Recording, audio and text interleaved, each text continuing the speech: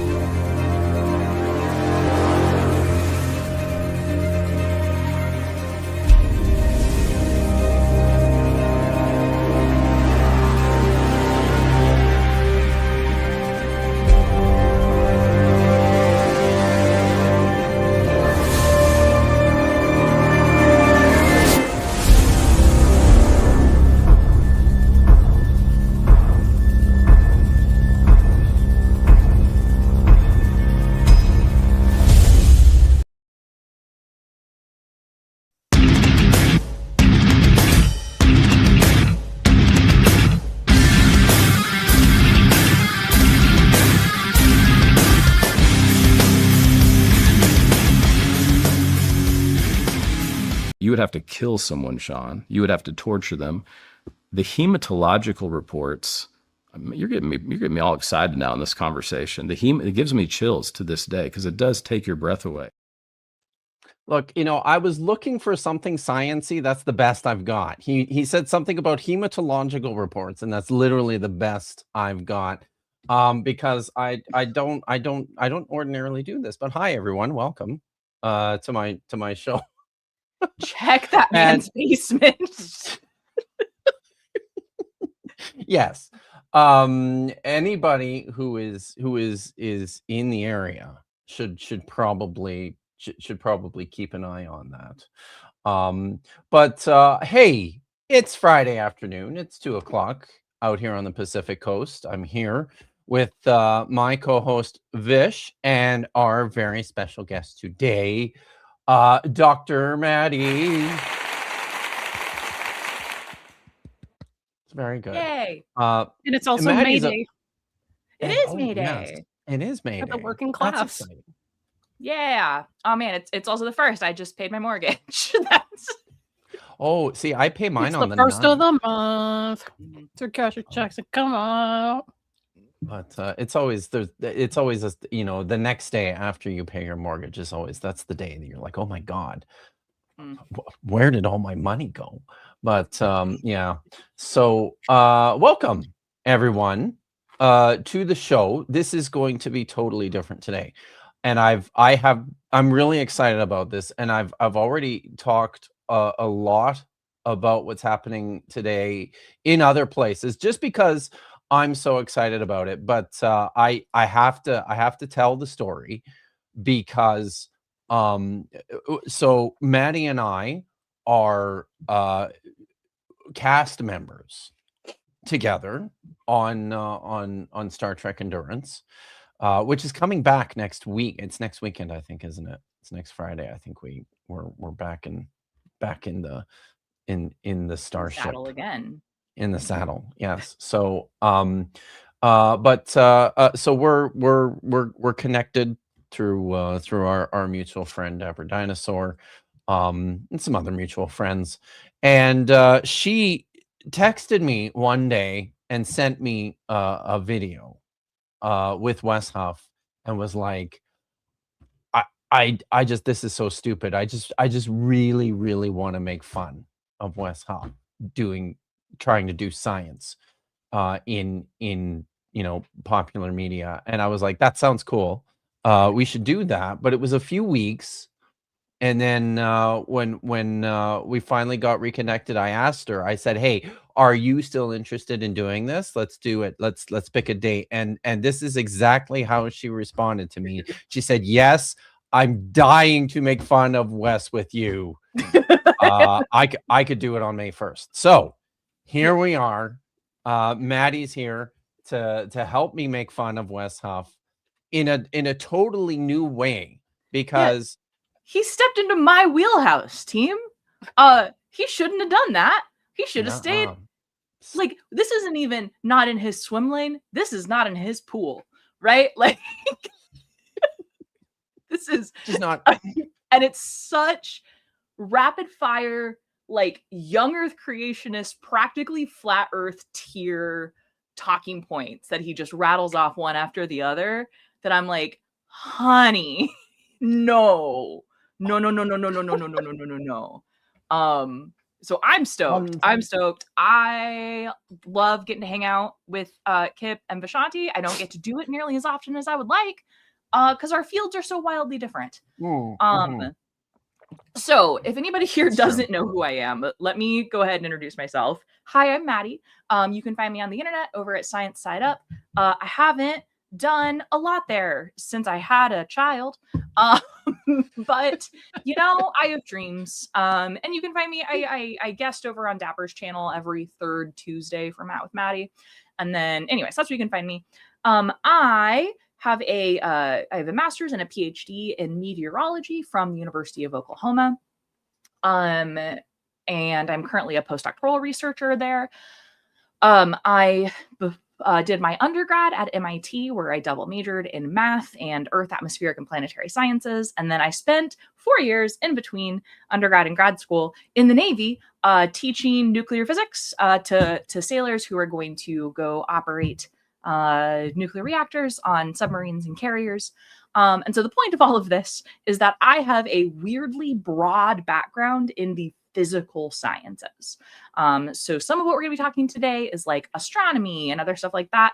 I'm not an astronomer, but I've got a textbook that covers some of that stuff that I busted out, right? So I've kind of got a broad background. So talking about, oh man, nothing he says needs a deep dive. Nothing he says needs like a real expert.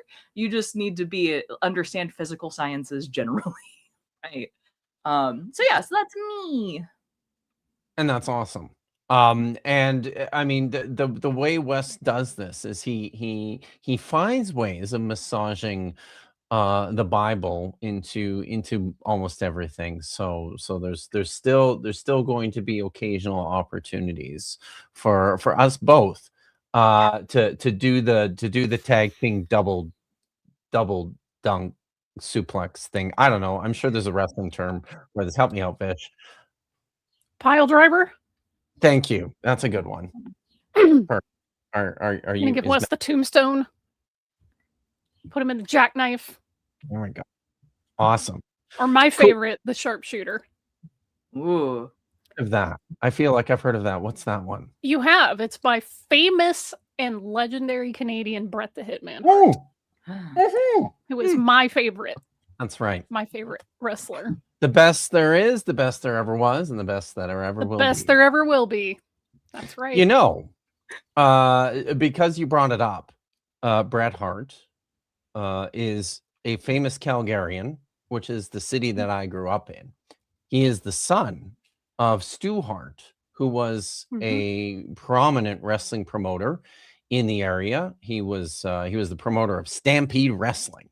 And I and my buddies would go out on Friday nights in junior high school to watch Stampede Wrestling. Well, we were half watching the wrestling, and then we were half watching, you know, the drunk people in attendance at the. It was fun, and then watching, you know, the police. I shouldn't tell that.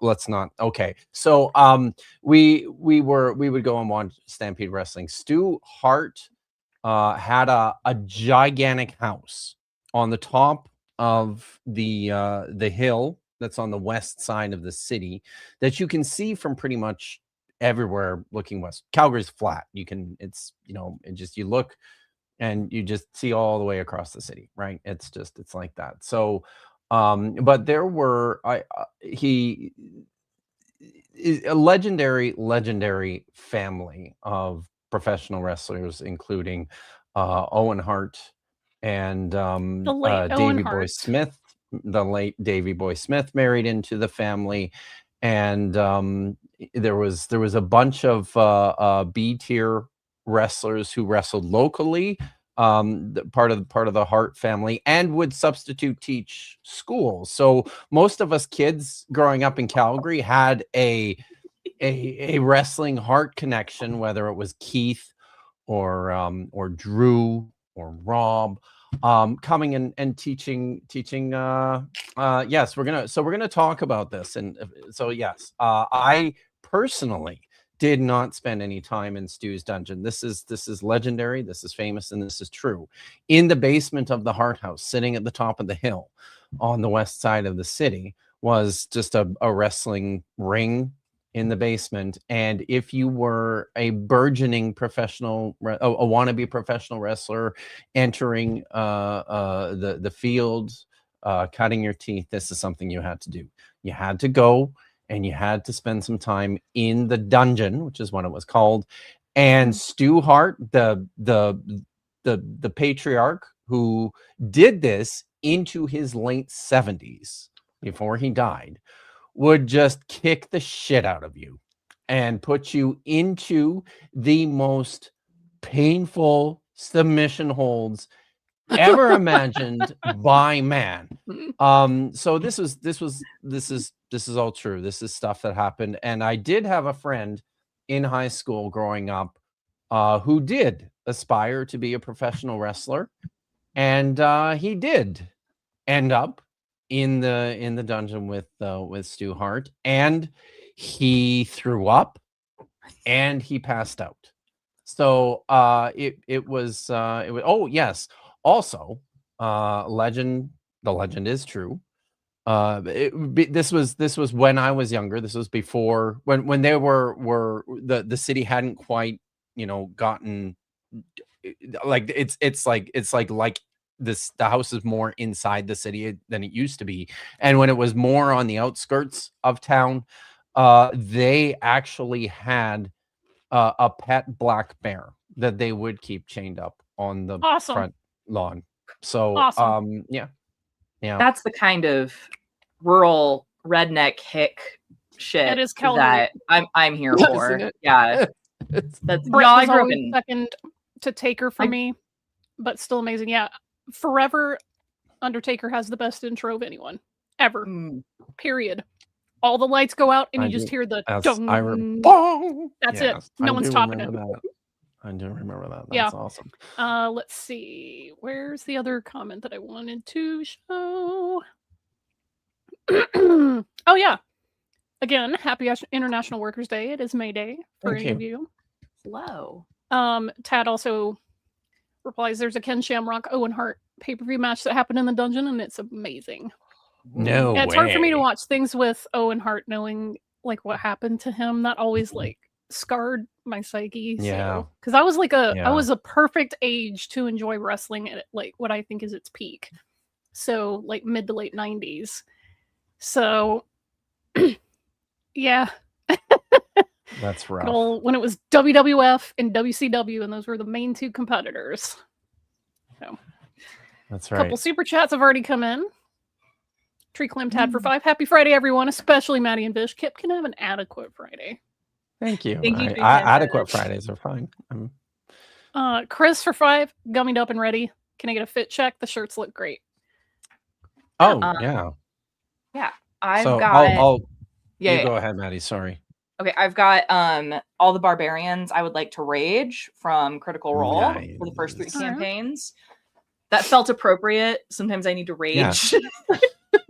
I've got a You Shall Not Oppress the Stranger. You Shall Not Oppress the Stranger. I love that. By Speed Paced Robot. It was part of an immigrant rights fundraiser from several years ago. Hell yeah. That's coming up actually in the stream today. We will talk about that. I'm wearing I fucking love the Bible as usual. It went through the wash the day before yesterday, so here I am.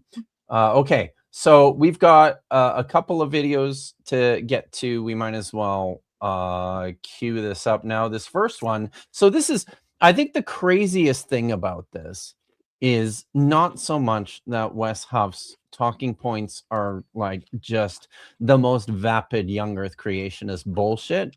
It's that, and the fact that he's out there on the largest platforms on the planet with this unmitigated bullshit. Put out an uncensored version of the show. You're here like every week. Do you not pay any attention at all? You can get the uncensored You version. can get one that's uncensored. They are available at the store. I just happen to not have one for some reason. But yes. For terms of service. Why is Wes doing science when he can hardly do apologetics? I kind of think that is apologetics is hardly doing anything, really. Yeah. And right. So we shall, but let's just get into this first video. Whenever you need to stop and scream or yell or say anything. It's gonna be a lot. Maddie, I'll just scream. Just let me know. Okay, cool. So I'm trying to I know why my screen shut down. There we go. Okay. Bible, it also talks about things like angels and demons and stuff like that, which people point to as well. Obviously, that can't be true. I mean, what do you say to people when they raise things like angels and demons? Well, I mean, it's starting with the assumption that the supernatural doesn't exist. And I simply, I don't think that's... Okay, so this comes up from a lot of apologists, a lot of young earth creationists, a lot of pseudoscientists, pseudo-historians, bullshit artists, basically. They're always upset that, quote, the mainstream academics assume XYZ. But here's the thing.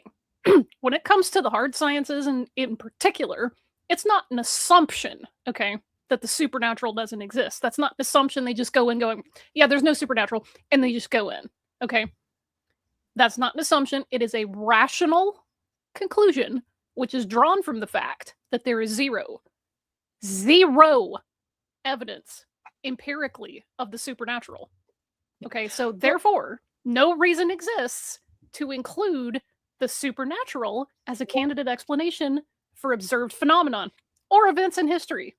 And my personal take on this as well is if some entity or force was to interact with reality, it would cease to be supernatural and become natural because it's affecting the natural world. So I hate nerds. For the hard sciences, right? The existence of the supernatural that's not an assumption. That's not something we deal with. It's simply that like science is the process by which we understand natural phenomena, right? So we are science is definitionally studying natural phenomena, not supernatural phenomena. So if, let's say, we found something in the universe that was like impossible, right? You know, like something happened and like a squared circle. Yeah, like a squared circle, right? Or like, you know, we're out here and we find this weird pocket of the universe where, like, I don't know, the gravitational constant is attractive instead of repulsive, right? Like wild, or it does that for like a second. Right? We have no natural explanation for that, right? All that science could and would ever say is that was weird and we can't reproduce it, right? Like that's it, because science is uninterested in the supernatural. That's not what we study, right? And so it says nothing about the existence or non-existence of the supernatural.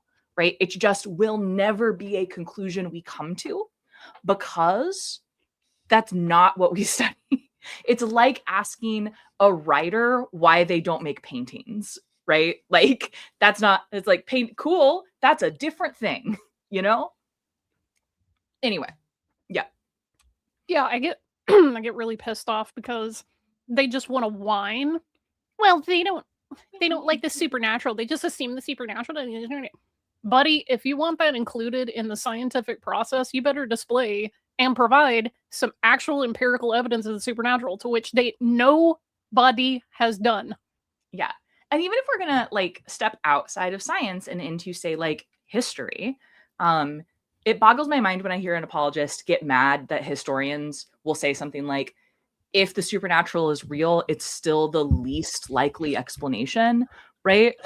And I'm like, that still isn't making a claim about, No. that's not even saying it's impossible. That's just saying that like No. we're going to exhaust all natural explanations and not comment on the supernatural. Right. And it's like, I feel sick today. Is it a virus, a cold, or maybe demons? Right. What's the more likely answer? Yeah. Like, this was something that was impressed on me when I was a young person, and I went to after high school. I spent a year in New Zealand at a discipleship school. Oh no. Those are cults. I think you're probably right. Yeah, I'll tell you about the time I went to a church summer camp that was secretly a cult recruitment site. All right, let's we'll talk about that. My entire reason for going was to extend my snowboarding season a full yes, like 17 months, right? I'm like, brilliant. So that's why I went.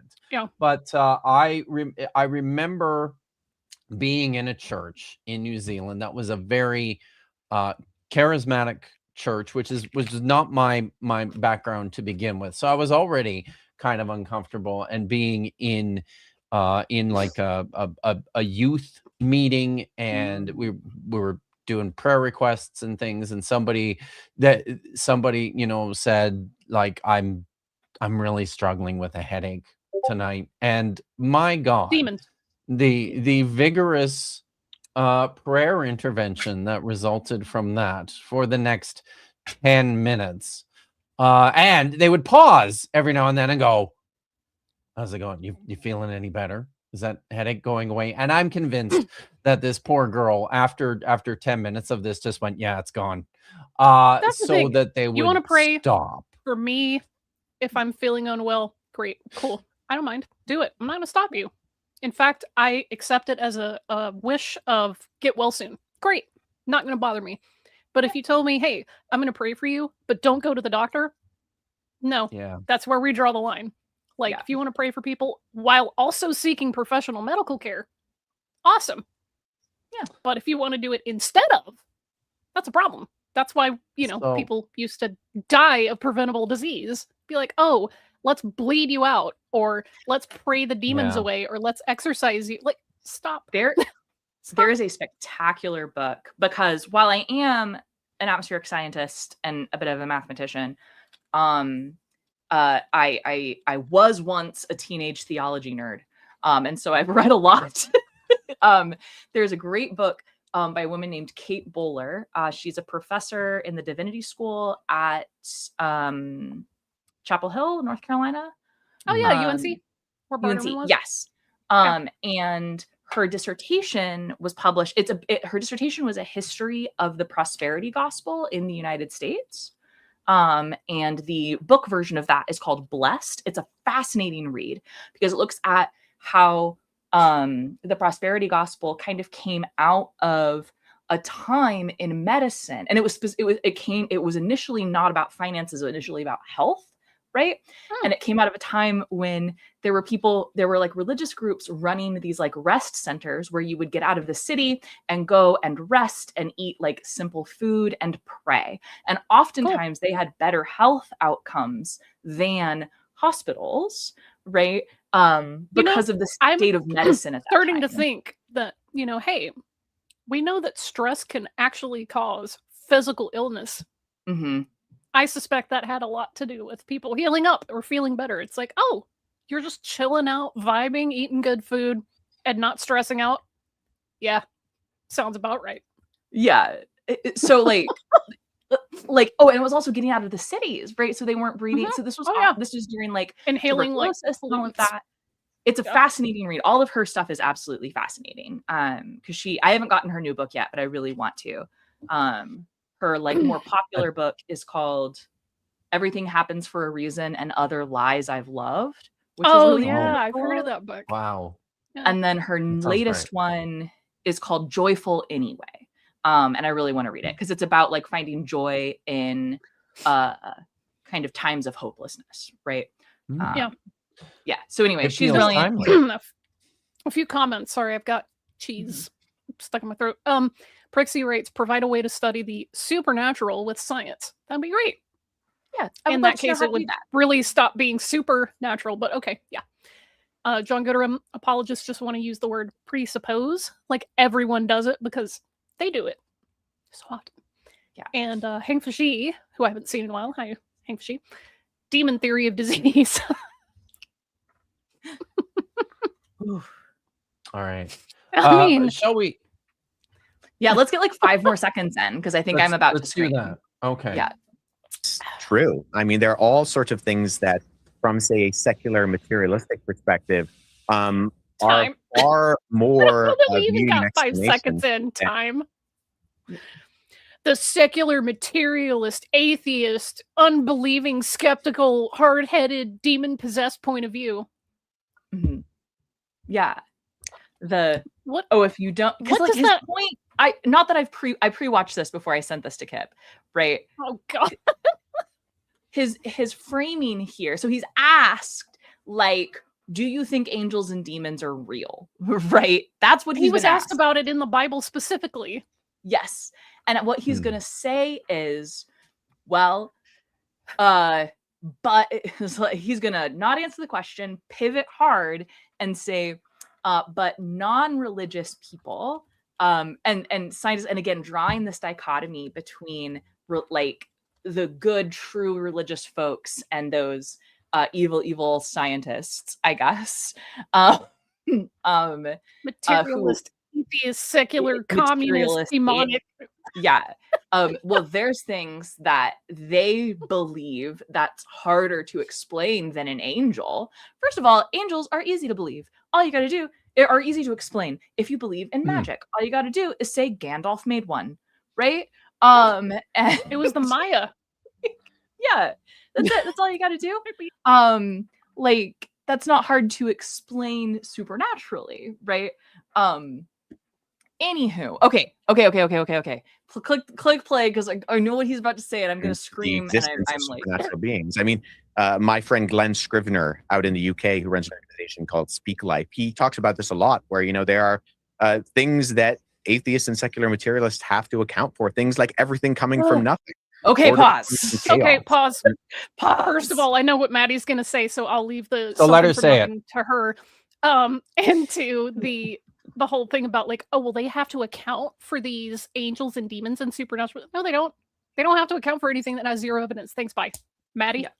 Okay, perfect. So what he just said is that scientists have to explain how everything came from nothing. That's not a science claim. That is very specifically a philosophical claim and like a Western philosophy claim of creation ex nihilo, that there was nothing and then there was creation, and in no way, shape, or form does any model of the like universe or cosmos say that, right? Really fast. Universe and cosmos, slightly different things. The universe is everything we can see and observe and live in, right? And then the cosmos is everything, right? Whether or not we can see it or experience it. So when you study like the origin of the universe, it's not talking about creation ex nihilo, right? And there are like, once you start talking about the origins of the cosmos, that gets really philosophical because it's into things that we're not making observations and drawing conclusions from them. We're sort of like looking at the math and speculating about what could have happened. And so listen, there's no reason to think, right, that the universe, our universe as we experience it, came from nothing. There's no reason to believe. So we as people, especially as Western people, really, really want everything to have a beginning and an end. We really want everything to exist in the same sort of linear time that we exist and experience. And I hate to break it to everyone, but the way that we experience it's not how it is, right? And the way that we experience time is a consequence of the fact that we are three-dimensional beings who live in a universe that is between 11 and 26 dimensions. Last time I looked at string theory and M theory, right? Wild. Wow. And so we are limited in our experience of time to linear, right? And unidirectional, right? Like we can't travel to the past. We can observe the past, which is really cool. And I hope I get to chat about that a little bit during this. Spice. Yeah. So in a very real sense, every moment in time that our universe has ever experienced is happening at the same time, right? Because right? So I just want you to imagine that I have a really good telescope, right? A telescope that's so perfect we can zoom and enhance as much as we want. And we also have the ability to teleport. So just imagine that we have that, right? And if we were to pop, say, 20 light years away, we could, in fact, watch in real time my high school soccer team win the state championship, right? I could go observe myself do that, right? Because distance and time are related, right? And so, like, time's weird, you guys, and time's relationship with space is weird. And it's very much a consequence of, like, how we inhabit it. And that gets to some of the really fun philosophical nature of physics and astrophysics and cosmology that I'm not qualified to talk about, but it's real fun to think about, right?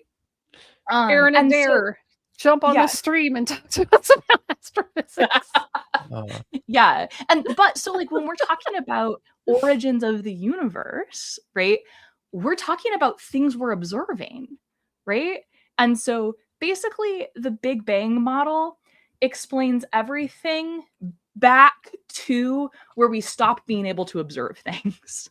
And I just watched a video. I don't remember if it was PBS Spacetime, my beloved, or if it was New Scientist that was discussing that we're starting to get data that might indicate that there's more stuff in the universe than beyond what we can see, observe with our observational like tools. And that's the thing. It's like right now we're limited by what we can see, either with telescopes or, kind of indirectly, but there might be things outside what we can observe, which is telling us that, hey, this stuff might be way older and way bigger. And oh my gosh, my head's going to explode. I'm going to have an existential crisis. So also, really quick, because I know this comes up a lot. In terms of higher dimensions, not planes of existence like the woo peddlers use, but in terms of dimensions. Dimensions are in some fields dimensions of like measurement. So time is a dimension. Time is like usually space-time, I think, is the fourth dimension that we kind of recognize. Time is like the fourth, and then we have 3 spatial dimensions that we inhabit. And here's the thing. So mathematically, let me back up a second, because it's very possible and for beings to exist, for beings to exist in a universe of more dimensions than what they are, right? A great analogy would be like flatland, right? Yeah, I love that example. Yes. So you could imagine a little stick person and a whole stick person society that lives on a piece of paper, that I can pick up that piece of paper and move it around and do stuff to it, right? And so those fictional, like 2-dimensional beings live in a 3-dimensional world, but they only experience like 2 of them. And they really can only perceive one. And they can really only perceive one.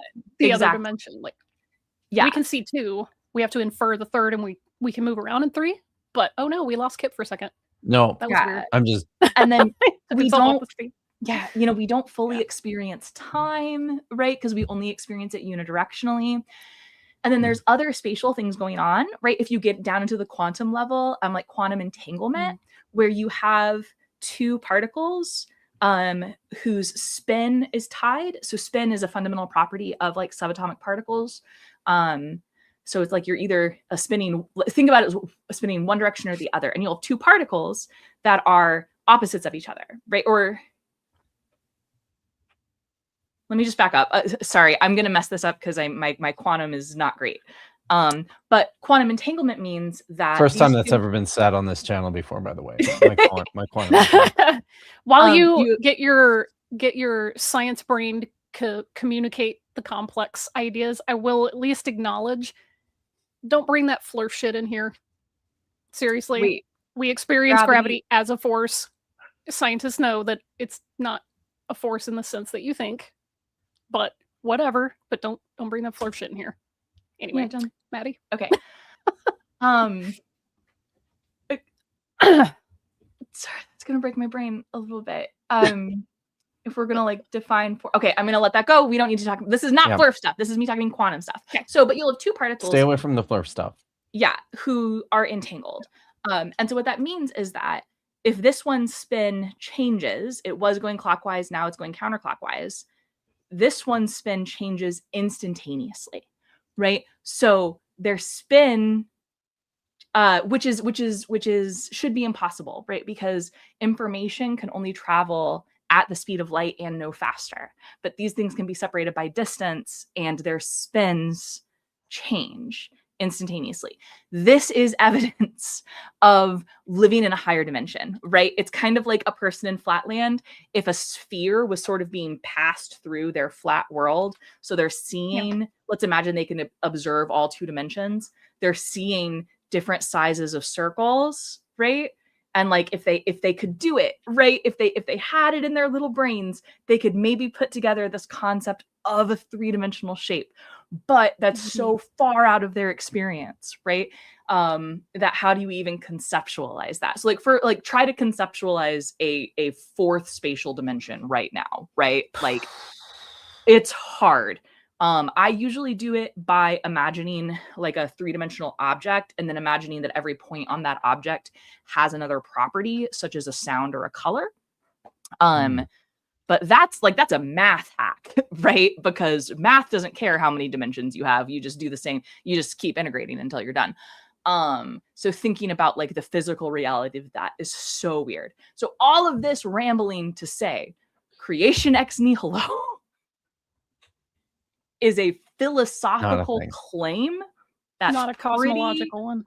Not a cosmological one. There is no scientist who is making the scientific claim that something came from nothing. So if you're wondering, where did the universe come from? Then where did all of this matter come from?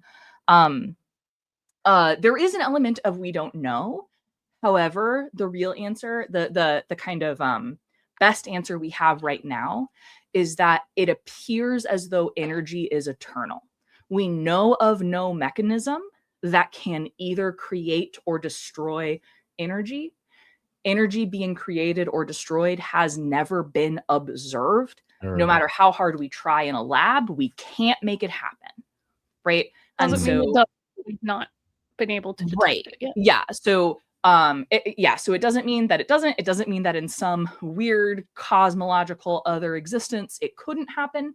But in terms of our universe and the rules governing our universe, we know of no mechanism. We know of no way for energy to be destroyed.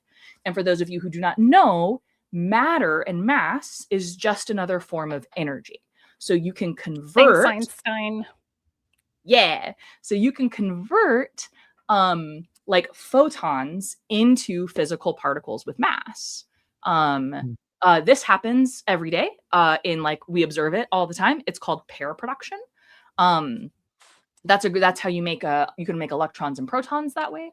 And there are like under the extreme environment of the early universe, you made some protons, right? Some protons were made in that extreme environment. Once you have protons, hey guys, protons is hydrogen without an electron. Once you have protons, once you have protons, you can make a star. Once you have stars, you have fusion. Once you have fusion, you're squeezing protons together, making larger elements. And that's all you need to make through iron. That's all you need to make stuff. Then once you get supernova, you get elements heavier than iron, right? But we have, that's it. That's all you need, right? You need to make a couple protons, not a couple. You need to make a lot of protons. Make a lot of them. And then you get everything else. And it all comes from starting with energy, right? And now you get everything you see here. After 14 billion years. Great historian and scientist Bill Wirtz once described it. Some stars grow old and die and explode. Some do it with passion. Yeah. Some do it with some jazz hands. The absurdity in all this is, I think, not just the promotion of this idea of creation ex nihilo, but the fact that this is not even this is a pretty localized idea. This is not something that was even conceptualized by most cultures, as far as I'm aware, including those that had the most direct influence on the Bible in the first place. So our earliest texts about creation do not presume creation ex nihilo either. All that to say, Wes is just wrong about all of everything. The Bible isn't even the only people that have been going around saying that everything came from nothing are the creationists. They believe everything came from nothing. So everything coming from nothing is a bad, specifically talking point. Right. Yes. And by the way, Wes Huff he's not a young earth creationist. I think he's an older earth creationist. Or like intelligent design proponent. Intelligent design folks are usually old earth, but like, why are we making claims, my guy? You don't need them. Yeah, right. Don't do it. Okay. I gotta press play. Okay. Emerging from non-life. Minds that my God. Our pause again. Okay. We have to explain how life emerges from non-life. Abiogenesis. Abiogenesis, it's a whole field. You would need a biology, not my thing. But that's a whole field. And the thing is, beep, bop, boop, beep. I'm Professor Dave. Professor Dave. Bring the chalk. I'm pretty sure we have observed. Don't quote me on this, because I don't know. But like all you need is a self-replicating protein. And then a lot of this has been demonstrated in the lab. Yeah. I'm pretty sure James Tour may not like it, but we have actually observed in the laboratory self-replicating, I don't want to call them the wrong word, but I believe it's molecules. Don't quote me. I'm not a chemist. But these things have already been worked on, and just because we haven't connected all of the dots yet doesn't mean we just have no idea. Oh, woe is me. We'll never know. That's not how that works. And again, this is a young earth creationist claim, right? Their claim is often, well, why haven't we seen the whole process, right? Because they have this idea that like modern unicellular life, they forget that that's also undergone about 3 billion years of evolution.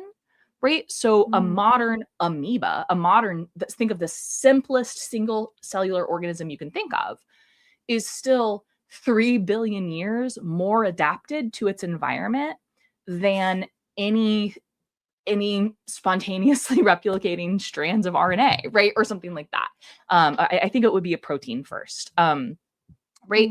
And so they get really mad. They get really mad when there's a process that takes 3 billion years to happen, and we can't reproduce the whole process in the lab in like a year, right? That's because you hear these same claims about like stars, right? We've never seen how a star is made. Like, well, that's actually not true. Right? Because we can look at different points in the solar system. We can point our telescopes out to different places and see and observe every point in a star's life I hope it's cycle, not in the solar system. That would probably be a problem for us. But I think I mean, outside out into the solar system galaxy, would right? Out be into would out be into the much sky. better. Yeah. So yeah, we can point our Inside telescope problem. out into the sky and see and observe every single point in like a main sequence star's lifetime, right? But apparently that's not good enough because we've never seen, we can't observe a single star go through its full life cycle, right? Yeah, when a daddy star and a mommy star really love each other, they have jazz hands, and that's how we get uranium. Nice. They woohoo, and you get a star. Right. And so with biology, just because we can't, again, reproduce 3 billion years worth of evolution in a lab, right? That would be hard. We don't have 3 billion years. It doesn't mean we can't reproduce certain stages of that, right? And so abiogenesis is an active field. How do you go from just like simple organic molecules to something that self-replicates, to RNA? Like, we understand what the process was to a large degree, I think, right? Don't quote me, not a biologist, but there's some strong theories as to what the process was. Yeah, Domingo. Wes Huff just Just came out and said the whole something from nothing. So we already drank or did whatever you do when a bingo call comes water, up. fortunately. Yeah, I need water today. Nonsense. Also, I Okay. will say this, just because I am petty, I can't wait for the day, and we're getting closer, when chemists and biologists finally go, hey, we have it narrowed down. We think this is probably, if not but the best current explanation for how abiogenesis happened. And I can't wait for all the creationists and all the fundies to just start crying and shitting their pants about it. That'll be so great. Yeah. It will be fun. We'll all It'll be be here fun for because it's that. like, oh, Yeah. how's your God of the Gaps going to work with that? Like, I'm sure they'll find a way, but it's going to be funny. Oops. There we go. Okay. Of a leap in logic to believe in angels and demons, or that everything came from nothing, Pierce. That order came from chaos. No. That No, life emerged from a Whoa! and that- This is my. So one, Vish, please talk about the claim of which is dumber to believe in, that rhetoric, and then I'll talk about order and chaos. Honestly, people believing in magical beings rather than or in place of empirical explanations is silly. Not alongside, but in place of. That is silly as hell. And I know it. I have the vibes that you're going to talk about entropy and I sure order, am. and I'm like, just do it. Just yeah. go. Okay. Do it. Also, listen, belief in the supernatural. Listen, you want a quick marriage tip from Maddie? Your house has a gremlin in it. Your house has a little gremlin or a little gnome, right? Is that true? Everyone's house does. True. Right? It's true. Especially if you're Dang. married. And you're like, Yes. who left this Note plate to out? self, It don't must get have married. been the gnome. Stupid Yep. gnome. Anyway. Or the Guys, borrowers. get mad at your house gnome. It's going to make your life better. Yeah. Okay. The idea that order came from chaos, this drives me insane. I hate this talking point. It was actually that talking point that made me get into debunking pseudoscience on the internet because it makes me so angry. All right, friends, we're going to talk about the laws of thermodynamics. Oh yeah, entropy, All right. baby. Okay. The second law of thermodynamics is often sort of explained as a system always moves from order to chaos, right? And then young earth creationist folks, apologists, take that and run with it and are like, then how in the world can you possibly get a universe? Oh my gosh. Okay, so let's back that up. So what is entropy, you ask? I would love to tell you. Entropy is it's an energy, right? It's a form of energy. So if you have an engine, right? Let's imagine you have a car engine, right? And your car I engine have one of works, those. yeah, Mhm. by turning the chemical energy in gasoline, right, into thermal energy as an explosion, into kinetic energy that forces a piston, right? So we have this exchange of energies going on, right? Gas to thermal to kinetic, and thus the car moves forward. Your car's engine is not 100% efficient in each of those stages. So if we were to measure how much chemical energy was available, right, to go from the gasoline to the explosion, right, some of that energy is lost. It's not used in the little explosion, in that thermal energy, right? And then when that little explosion happens,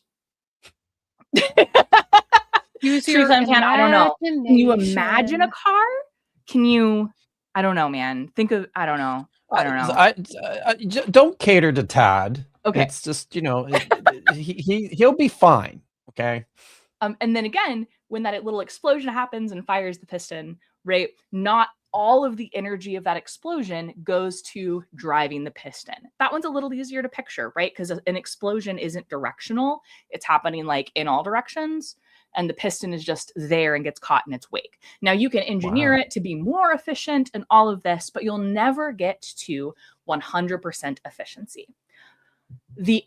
So at the end of the day, we calculated how much energy, how much chemical energy was potentially available out of the gasoline, and then we measured how much energy we got out from the pushing of the piston, right? And there's a difference.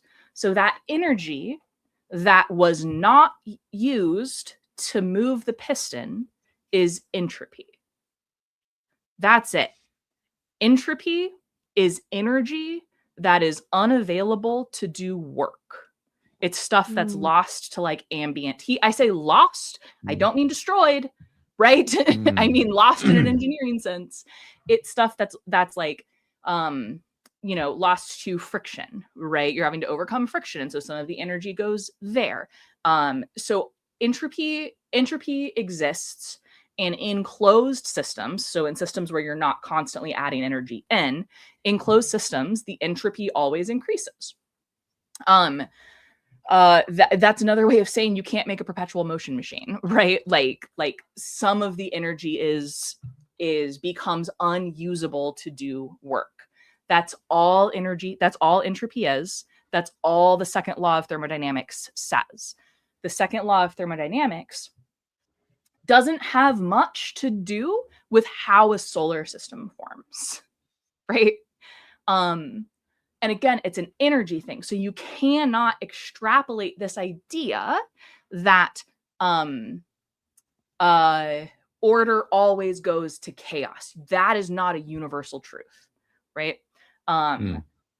For example, if we have, so like how does a planet form? Great question. I would love to tell you. You start with dust particles, right? Dust particles that have randomly accumulated because of the gravitational pull of a like protostar. They exist in like a disk orbiting that protostar, right? They're in a gaseous state, and then they start to cool. It's a whole thing.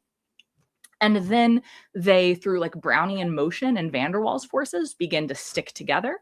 As they get bigger, they start to accrete together. They run into each other and sometimes accrete through gravity, right? And then gravity pulls them all together, right? So we went from a random distribution of molecules to a planet, right? So we went from a largely disordered system, right, to a much more ordered system because of natural forces, right? Gravity. The way I explain planets is, hey, stuff clumps together. Yeah, that's it. Stuff and clumps then it gets together. real big, and it gets even bigger, and more stuff clumps on it. That's a planet. Have you ever had like a dust bunny in the corner of your house? Yeah. Right. If you have pets, if you have pets, you understand stuff clumps together very well. Yeah. Yeah. Because Stuff it's and specifically forces act on things. Apologists like to seem to imagine that everything in the universe is random, right? Like everything behaves just like stochastically crazy moving around. But like, guys, there's forces acting on things. Gravity pulls things together, right? Yeah. Van der Waals forces also are sticky for itty bitty particles. They hold them together. Wow. That's very cool. Right? Can I like anyway. address something really quick? Assuming for the moment, because I don't feel like scrolling back.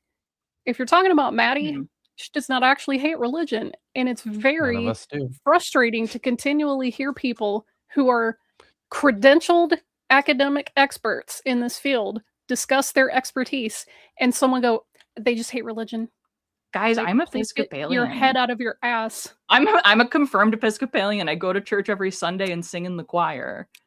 That's a religion. Gasp. But you atheists hate Christianity and you hate religion because you're materialist, communist, demonic, skeptical. I'm a methodological naturalist, right? Especially when I'm like doing my science. Right? I don't think Thor makes lightning when I'm studying the clouds.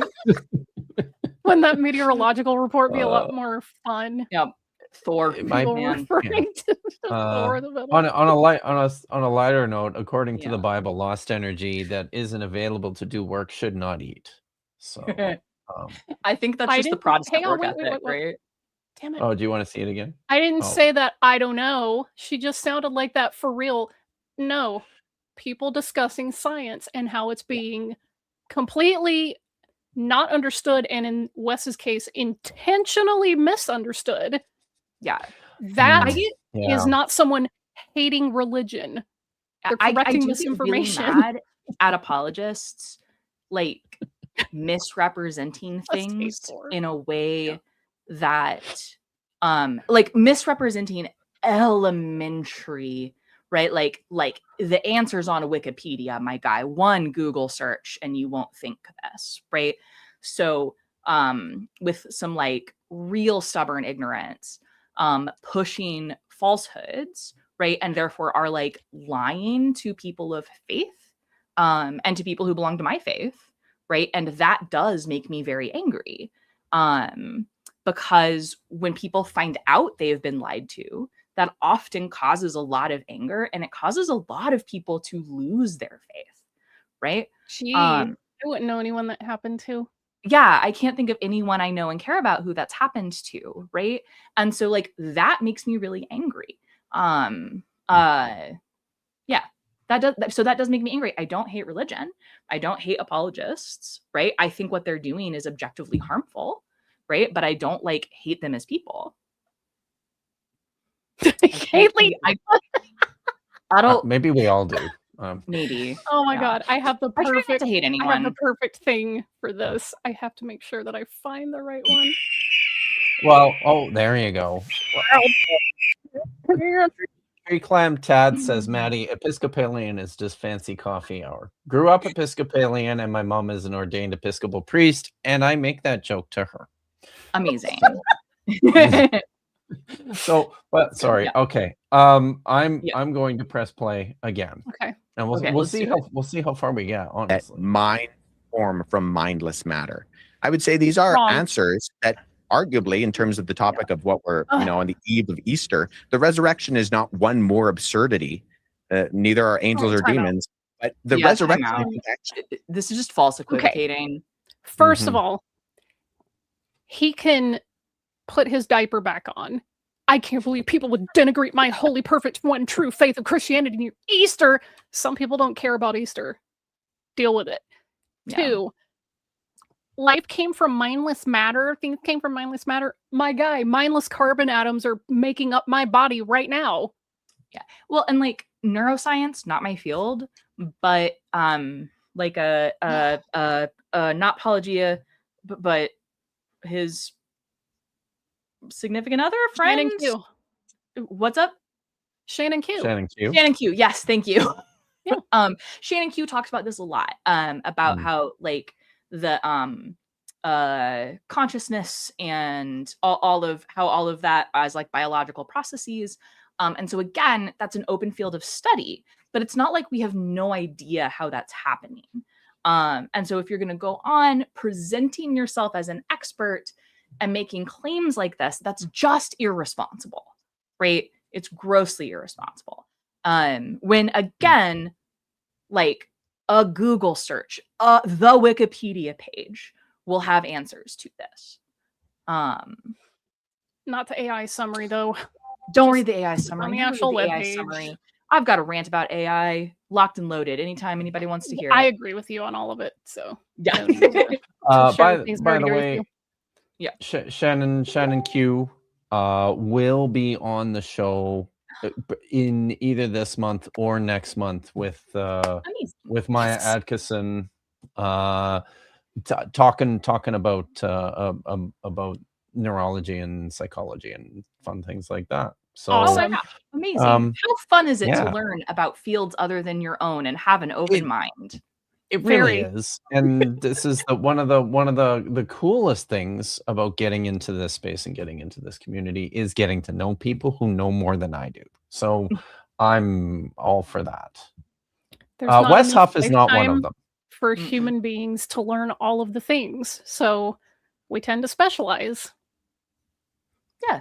That's one of the most amazing things about humans is that we are able to specialize because we are these like hyper social species, right? So I'm able to spend all day, every day thinking about like math and fluid dynamics and stuff that like 3 other people on planet Earth care about, but it's important and it's going to help forecasts in the future when my work is combined with the work of like hundreds of other people.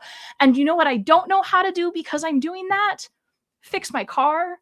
Right. And so hooray, there's someone else in the world there's someone else for that who I can go to and we can be in community together and they can help me with that. Right. How beautiful a social model is that? Anyway. I'm so glad that there's proper mathematicians in the world because I don't go very far with mathematics. Algebra, that's about where I stop. One of these days, one of these days, I'm going to put together a class. I really want to make a class that's a math appreciation class, right? Like art appreciation. I can't draw to save my life, but I love art museums, right? And so I really want to figure out a way to share my love of math to people without them needing to be able to do math.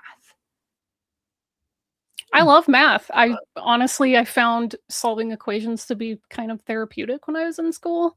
Yeah. Early signs of neurodivergence. But yeah, the higher forms of math and calculus and things like that was never something that I really applied myself to get under my belt. So I just kind of glaze over. But I'm glad that there are people who can just like do the stuff in their head. Oh, okay. You're the math person. Yeah. When I'm stressed, I pull up old calculus AP calculus tests and just work through them. It's really calming. God, that's literally pretty staring nerdy. at the AP biology book on my shelf right now. So, if you hadn't heard, I am famously good at math. But that's another story for another day. I would still be interested in your math appreciation class, Maddie. Wouldn't that be fun? So. I have to say, I'm dyslexic enough that I liked math a lot more when we sort of stopped using numbers. Nice. Dyscalculia? I think it was dyscalculia. Because I would like go through and everything I wrote down was wrong. Right? Every number I wrote was not the number I intended to write. It was wild. It was really wild. I confused a lot of teachers. But here we are. But I got a degree in it. And I love it. Way to go. Yeah. Is the explanation that makes sense of the supernatural world that we see talked about in So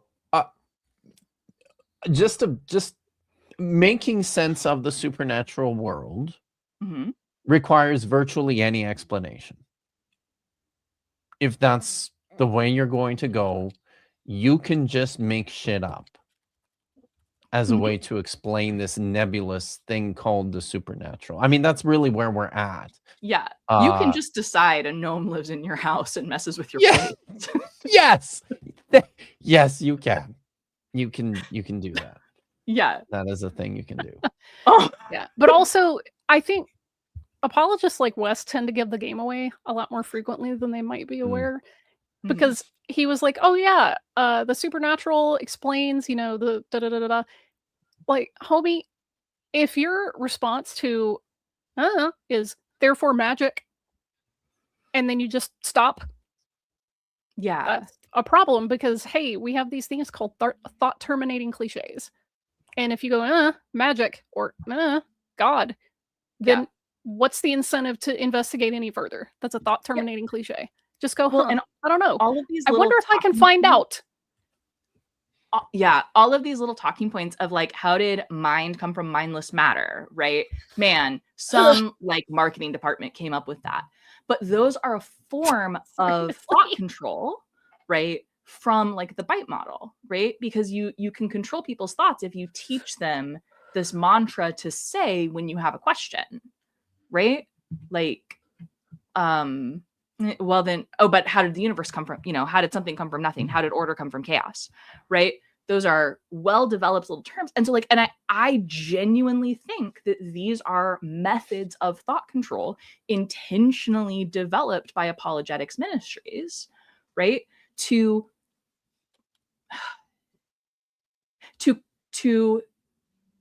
keep people in a high demand religion, right? And hey, you don't need anyway. What do we got? What do we got? Cheetah, or perhaps Cheetah 10, if you're being all about it. There are 5 fundamental forces in nature: gravitational, electromagnetic, weak nuclear, strong nuclear, and cognitive dissonance. Yeah, that cognitive dissonance Well is strong. It is very. Yeah, it is. Yeah. All right. All right. You know, all sorts of religious perspectives. And I think that people will assume that the supernatural can't exist. And yet at the exact same time, they will, as a conscious human being in a world where we're still not really entirely Should I let him finish the sentence? No. Hard sciences and people who use methodological naturalism do not say the supernatural can't exist. That is not what they say. They don't assume that. They operate as if it doesn't exist. They don't say it can't. That's different. That's a claim, right? That they would have to support until such time as it is demonstrated. Yeah. So that the supernatural exists, it is not a candidate explanation for anything that we're observing in nature. Right. So it's more that it's not that we assume that the supernatural does not exist, right? It is that we do not assume that the supernatural exists. That's not a starting axiom, right? Everything has starting axioms, right? So a starting axiom is going to be, for science, is going to be that like natural processes have natural causes, and if you can recreate those causes, you can get the same outcome. Natural processes have natural causes. So no, I didn't say anything about supernatural. You know what? Presumably Maddie, a supernatural event would have a supernatural cause that is, again, outside the world of science. Maddie, science you're wrong, has nothing to say about it. It's all of the billions and trillions and quadrillions of angels that are pushing the particles together because God told them to. That's what gravity is. You silly materialist, atheist, skeptics, communists don't know that. I'm crazy, clearly. I guess it's not all that dissimilar from me pointing out that I operate as if Australia doesn't exist when I'm doing my work. Yeah. Because why would I, right? Yeah. I mean, it just, there we go. Or what consciousness is, try to explain logically some of these things when, you know, the rules of logic exist objectively, and yet they are outside of time and matter and space. And so hang on a second. Time out. The laws of logic, the human brain invented thing. Yeah. That exists objectively in nature? No. I think what he's gonna say. Did I mishear him? No, you didn't. Where can But I that's- go? that. Where That's can I like- go? Since this exists objectively in nature, which is like what he said, where can Yeah. I go to find syllogism? Mm. I love that. And I wonder, so their logic is kind of a weird field because it exists in two spaces. There is logic. You can study logic as a philosopher, and you can also study logic as a mathematician, and they're not the same fields. And I don't actually know. Logic is a form of pure math, like theoretical math, which I do not do. I do applied math. And so I've never taken a formal logic course. There is some argument that like math is a thing which exists, right? It Independent is a system. of, yeah. It's not a physical object. But math is not a physical object, but like It's a process. anyway, that's getting into Language, some, maybe. Can we get into that? yeah. Some weird, like, we're getting down into the weeds in some of these fields, in ways that are like so deep in the weeds they don't affect people, right? And I don't, I mean, I know that Wes isn't a philosopher, so I like, that's not his field, and so I don't trust him. I have no reason to trust him to accurately represent the philosophical field of logic. If he's thinking about mathematical logic, Yeah, that's the thing. I strongly do not believe that he's thinking about mathematical logic. I suspect, and I strongly will lean towards, he thinks logic in terms of, Greek logic, philosophical logic, things like that. Things need to make sense and follow a process that, quote, makes sense. I don't think well, and if you want to say that, that'd be too convenient for us. Yeah, 1 and 1 always equals 2. That's actually 1 times 1 is 2. not true. Don't you listen? You can construct a set of like axioms where you develop a different number system instead of the real numbers, and so where one is what's called the multiplicative identity, right? You can set up a world where the multiplicative identity plus the multiplicative identity doesn't equal 2. You can say it equals anything you like, and then follow on from there, like then logically what will be true from there. And so in any functional useful sense, 1 + 1 is always 2, but in no like esoteric laws of the universe sense is that true, right? Because you can construct a mathematical system in which that is not true. It's not a very interesting one, and it's not very useful, but you can do it. Okay. I think he has. I think he has a few more words to say here. Okay. Obviously, things like science and secular materialism can't account for, and I have no qualms saying that supernatural beings exist in light of this very strange supernatural world that we live in. So finally, on the strange. Bible, I'm just gonna throw things. I'm just gonna throw things as he lists a bunch of things that science has an explanation for, and says science can't explain that. Therefore, I'm logical and reasonable in believing in angels and demons and the all these things. Yes, homeboy, for someone who seems to like logic so much, you're kind of bad at it, because that B does not follow A from there. Gosh. Nope. I can't. I had to get up and walk around the house because saying that magic is a better explanation for what we see and observe than the scientific method. Yeah. Wild. Girl, bye. Yeah. Wild. Especially for someone who has never studied science, right? Like I don't need everyone to be a scientist, but like, again, Wes, that's not even your pool, right? Like, you gotta stay in your swim lane. I'm not over here talking about, I don't know, to Dead Sea Scroll texts and Greek. I barely speak English, right? Like I'm not over here talking about that stuff. I'm talking about stuff I know stuff about. And if I'm out of my swim lane, I'm very clear about it. Man, just because you don't understand it doesn't mean it's not explained, my guy. Well, everything's a conspiracy when you don't know how anything works, and In this case, the conspiracy is the devil. Yeah, this brings me back actually to an ongoing theory I have that apologists, specifically apologists, have just disdain for faith. Right? Yeah, no, I agree. Yeah, they don't want they are to have faith. They want things to be facts. And it's weird to me that these presumably very religious people, again, scoff at the notion of faith. Anyway, I think it's wild. No, all scientists hate religion and hate the God-fearing Christians, Maddie, don't you know? It's wild then that the majority of scientists practice faith. No, because remember when you were awarded your doctorate, they brought you into the secret chambers and initiated you into the cult of scientism. You had to take the vow of atheism, right? Dr. Kill, you had to do that too, right? I did. It was very metal looking. Probably I didn't realize they did that in Oklahoma as well. Man. Okay, so maybe it's one of the different like sciences and not one of the humanities that makes you a member of the cult of scientism. Yeah, they just gave me the hate all the God-fearing Christians. That's they give you what? And the Jewish. You know what? Dang, I don't even have the key to that. Jeez. Yeah. I need the space laser though.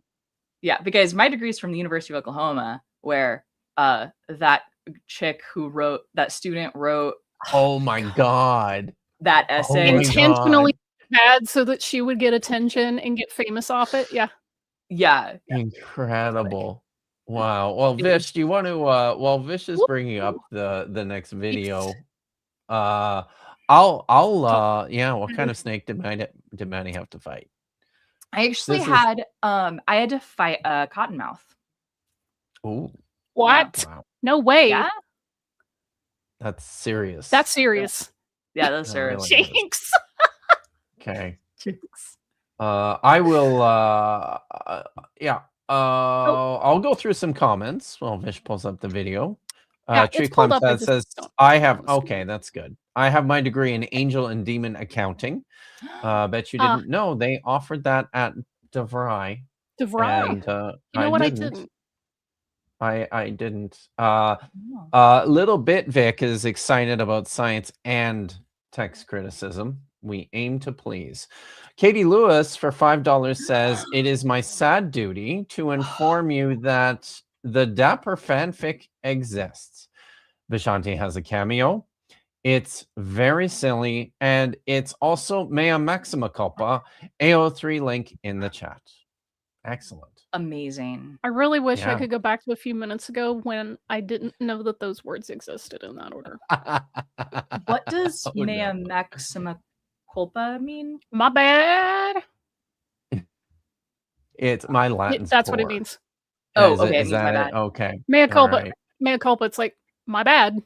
Oh, okay. Maxima culpa is my major huge bad. Yeah. Yeah. So, my major bigly bad. Right. Yeah. Amazing. I've got a couple more here. This would be an appropriate use for me'od. Scott Graves, thank you for the $10.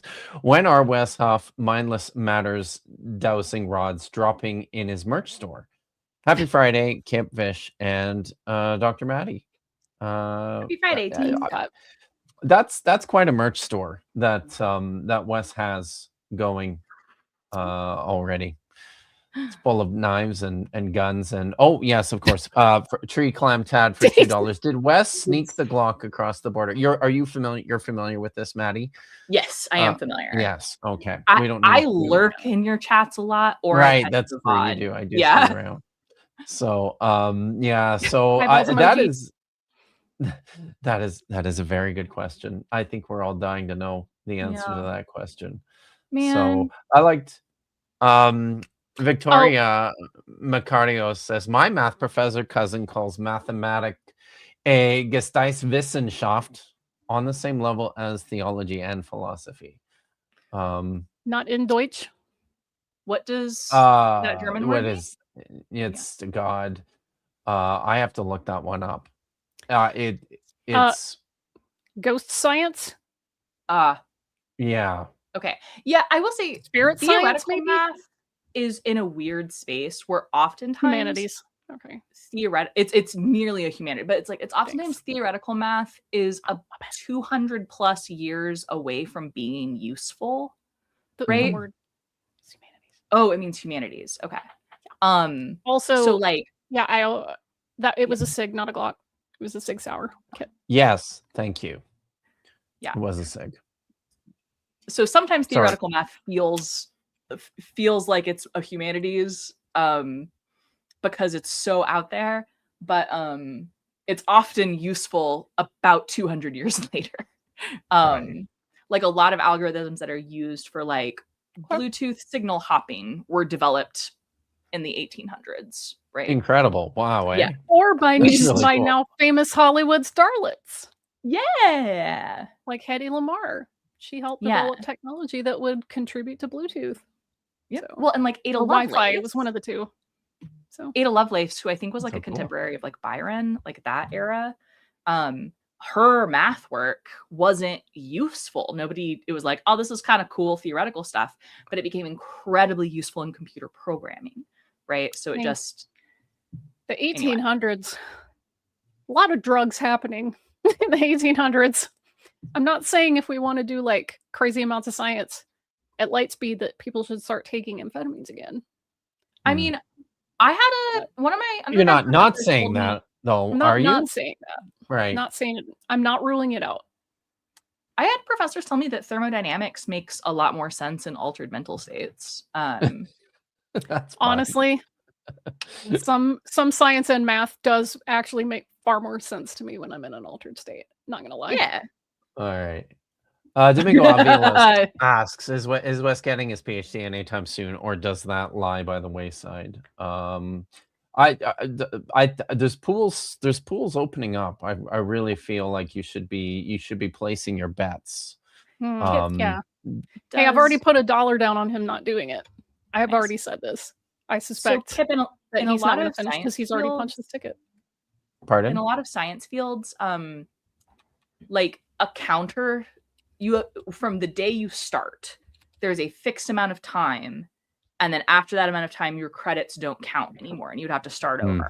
Does that exist in humanities? Not like that. Okay. But there are certainly places, and I mean, I don't know. I finished on time, so I don't know, right? Okay. But I am aware that there are certainly places that if you have not submitted your draft, like your dissertation, after like 8 or 9 years, they'll just discontinue your registration. So okay, because you're basically at that point, you're basically for like, because most programs will have a fixed limit after which you just pay a or if you're on a scholarship, it's like a continuing registration that renews every year, right? They just stop renewing that. Okay. So gotcha. Because once you hit that's like once you hit ABD. Erica. Yeah. Okay. I mean, Erica's. Erica's almost done. Erica is a So, goat. I don't know how she is like. I'm pretty sure she's ABD. Stuff. Yeah, Erica's ABD. I hit ABD and stopped talking to everyone on planet Earth for like 2 years, and then then reappear. She's doing daily April posts with a doodle and a ukulele tune, plus 5-hour live streams with Will Duffy, plus whatever long form videos, plus whatever live shows and call-in shows. Like how? And Erica is an absolute goat. She's amazing. Yeah. She's speaking of Will Duffy, I could never. Speaking of Will Duffy, no, you're nitpicking. Thanks. So Chris Vids lol. And Katie Lewis points out that mea maxima culpa is literally translated my most grievous fault. Amazing. That's not correct. In Latin, it means my bad. All right. Okay, so now we're going to move on to the Wes's appearance on Diary of a CEO, and the title that they gave this video, the title that they gave Wes was #1 Christianity expert, which I don't know. Maybe just press the press the goddamn play button I because thought you were shitting me when you wrote it. When you no, wrote it. that is the actual Like- actual title on the video. Like, It's I mean, That sounds Not like a the shit Pope? post you put in your bio. Like you get on someone's Twitter page and it says #1 Christianity expert. That's a shit maybe post. maybe By, like- maybe the producers on the show were just trolling him. Maybe they were. Okay. I hope so. They would have Oh, to be millennials. Not even That like, is not even like specifically #1 millennial Bible on my expert, humor. right? Not #1 Bible Nope. expert. Not Nope. #1 Old Testament #1 expert. Christianity expert. Just Christianity. That's All of it. Christian. Put that on a shirt. Put that on a Put it Oh on a God, shirt. yes. Yes. Write that down if you're the I No, need to don't put write it on a things shirt down for because good then ideas. Fearless Leader will wear it. All right. Does Press Kip make play. money from that either way? Yes. Put it on a shirt. Yeah, put it on a shirt. Okay. There we go. That's how we all get. the people that don't watch you are gonna buy it unironically. Yeah. That's how we get. Don't explain it. What's the word for when there was like the weird two pope situation in France? Oh, the anti-pope. Do you want an the- anti-pope? when This it- is how we get an anti-pope. See, I need. Okay, Man. but how much energy is released when they like collide? Ooh, that is a matter-antimatter interaction, do and not. so it's a lot. That's like warp core Probably levels. a lot. If we And ever yes, get many another people are saying the anti-pope- Avignon papacy. If we get Avignon, I another think is what you were- anti-pope, do you think Jaden? if we ever get Vance will another vote? anti-pope, they better Wait, he's already somebody killed better one. develop that experiment, right? This So- pope is the Chicago pope, though, so he's not afraid to pick up a baseball bat, and I like that. Chicago Pope, Blues Brothers Pope, like that old picture Yes. of him. Blues He's so Brothers. cool. I'm here for Blues Brothers Pope, man. Hey, He's it's a on wild God. reality where I'm like, yeah, the pope is cool. Right, No I mean, Jews in what any is other this century have timeline that ever we're said living that. Did you know that the current Pope has, of American public figures, he has the highest positive rating of any other American public figure. Not surprised. All No Americans are like, surprise we at like all. Blues Of Brothers I- Not Pope. surprised. Yeah. Listen, let us have this. Okay. First of all, none of the popes ever have been from the United States, so that's a big one for us. It's our Yeah. first pope. Okay. And he's from Chicago. Yeah. I He's kind of feel Chicago like you Blues Brothers guys. Pope. I kind of feel like you guys needed this one at Yeah. this time. We did. We needed a W after all this. I mean, look what happened when the other one met with our vice president. Yes. This one's much All right. stronger. That's okay. That wasn't the level boss. Okay. Right? That was the mini so- boss. All right. So hit the speed. 1.25? What is it set to 1.25 and let's Aye, go. Captain. Let's do it. If you're looking at a simple selfish DNA perspective, you can't actually ascribe that. Because he is your talking DNA, your about, selfish DNA Richard Dawkins. He's talking about Richard Dawkins and I don't biology. like Dawkins, As just we to be know, super clear. Dawkins, the Pope of Science. Yeah. He wrote that pretty good book that one time though. So It pissed a lot of people off. the The selfish God gene. delusion. How dare Oh, we're not talking about that Oh, one. okay. Oh, the He's selfish talking gene? about the selfish gene that he wrote a long time ago. Mm. Which was pretty good. From a biological perspective, he's right. Wait, So help me out.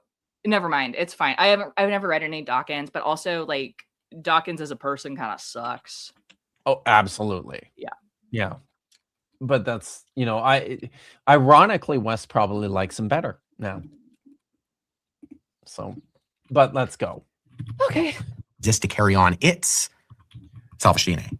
And so in one Again, this is just biology. That's what cells do. That's what organisms do. We're pretty unique in the whole can choose not to be selfish and then have a word for selfish in a concept thing. Hi, Josh. Oh, and hey, it's Megan. Josh. Hooray. Hi, Josh and or Megan. Megan with the My cool shades. To this day, favorite quilt I ever made was the cuneiform baby quilt I made them. That's so cool. Ah! Please send me a photo of that because I really I just- want to see that too. I will. Very, very It's like an cool. alphabet All right. quilt, so it has like the cuneiform word and then a picture next to it. that's right? so Josh so had to cool. help me. It was anyway, I love that. To this day, my favorite cult I've ever made. By the way, I just looked this up because I wasn't gonna say it out loud without confirming. Dawkins is on the Epstein files. So like, Yeah, so was Lawrence Krauss, and so was Stephen Hawking. yeah. Oh yay! Turns out I'm so glad they use it all smart the people time. can be I'm shitty. sorry you tripped on it. Oh, that's so cute. Yeah. Okay. All right. So he's talking about how like it's genetic advantage to be selfish. Is that the? Yes. And he doesn't like that.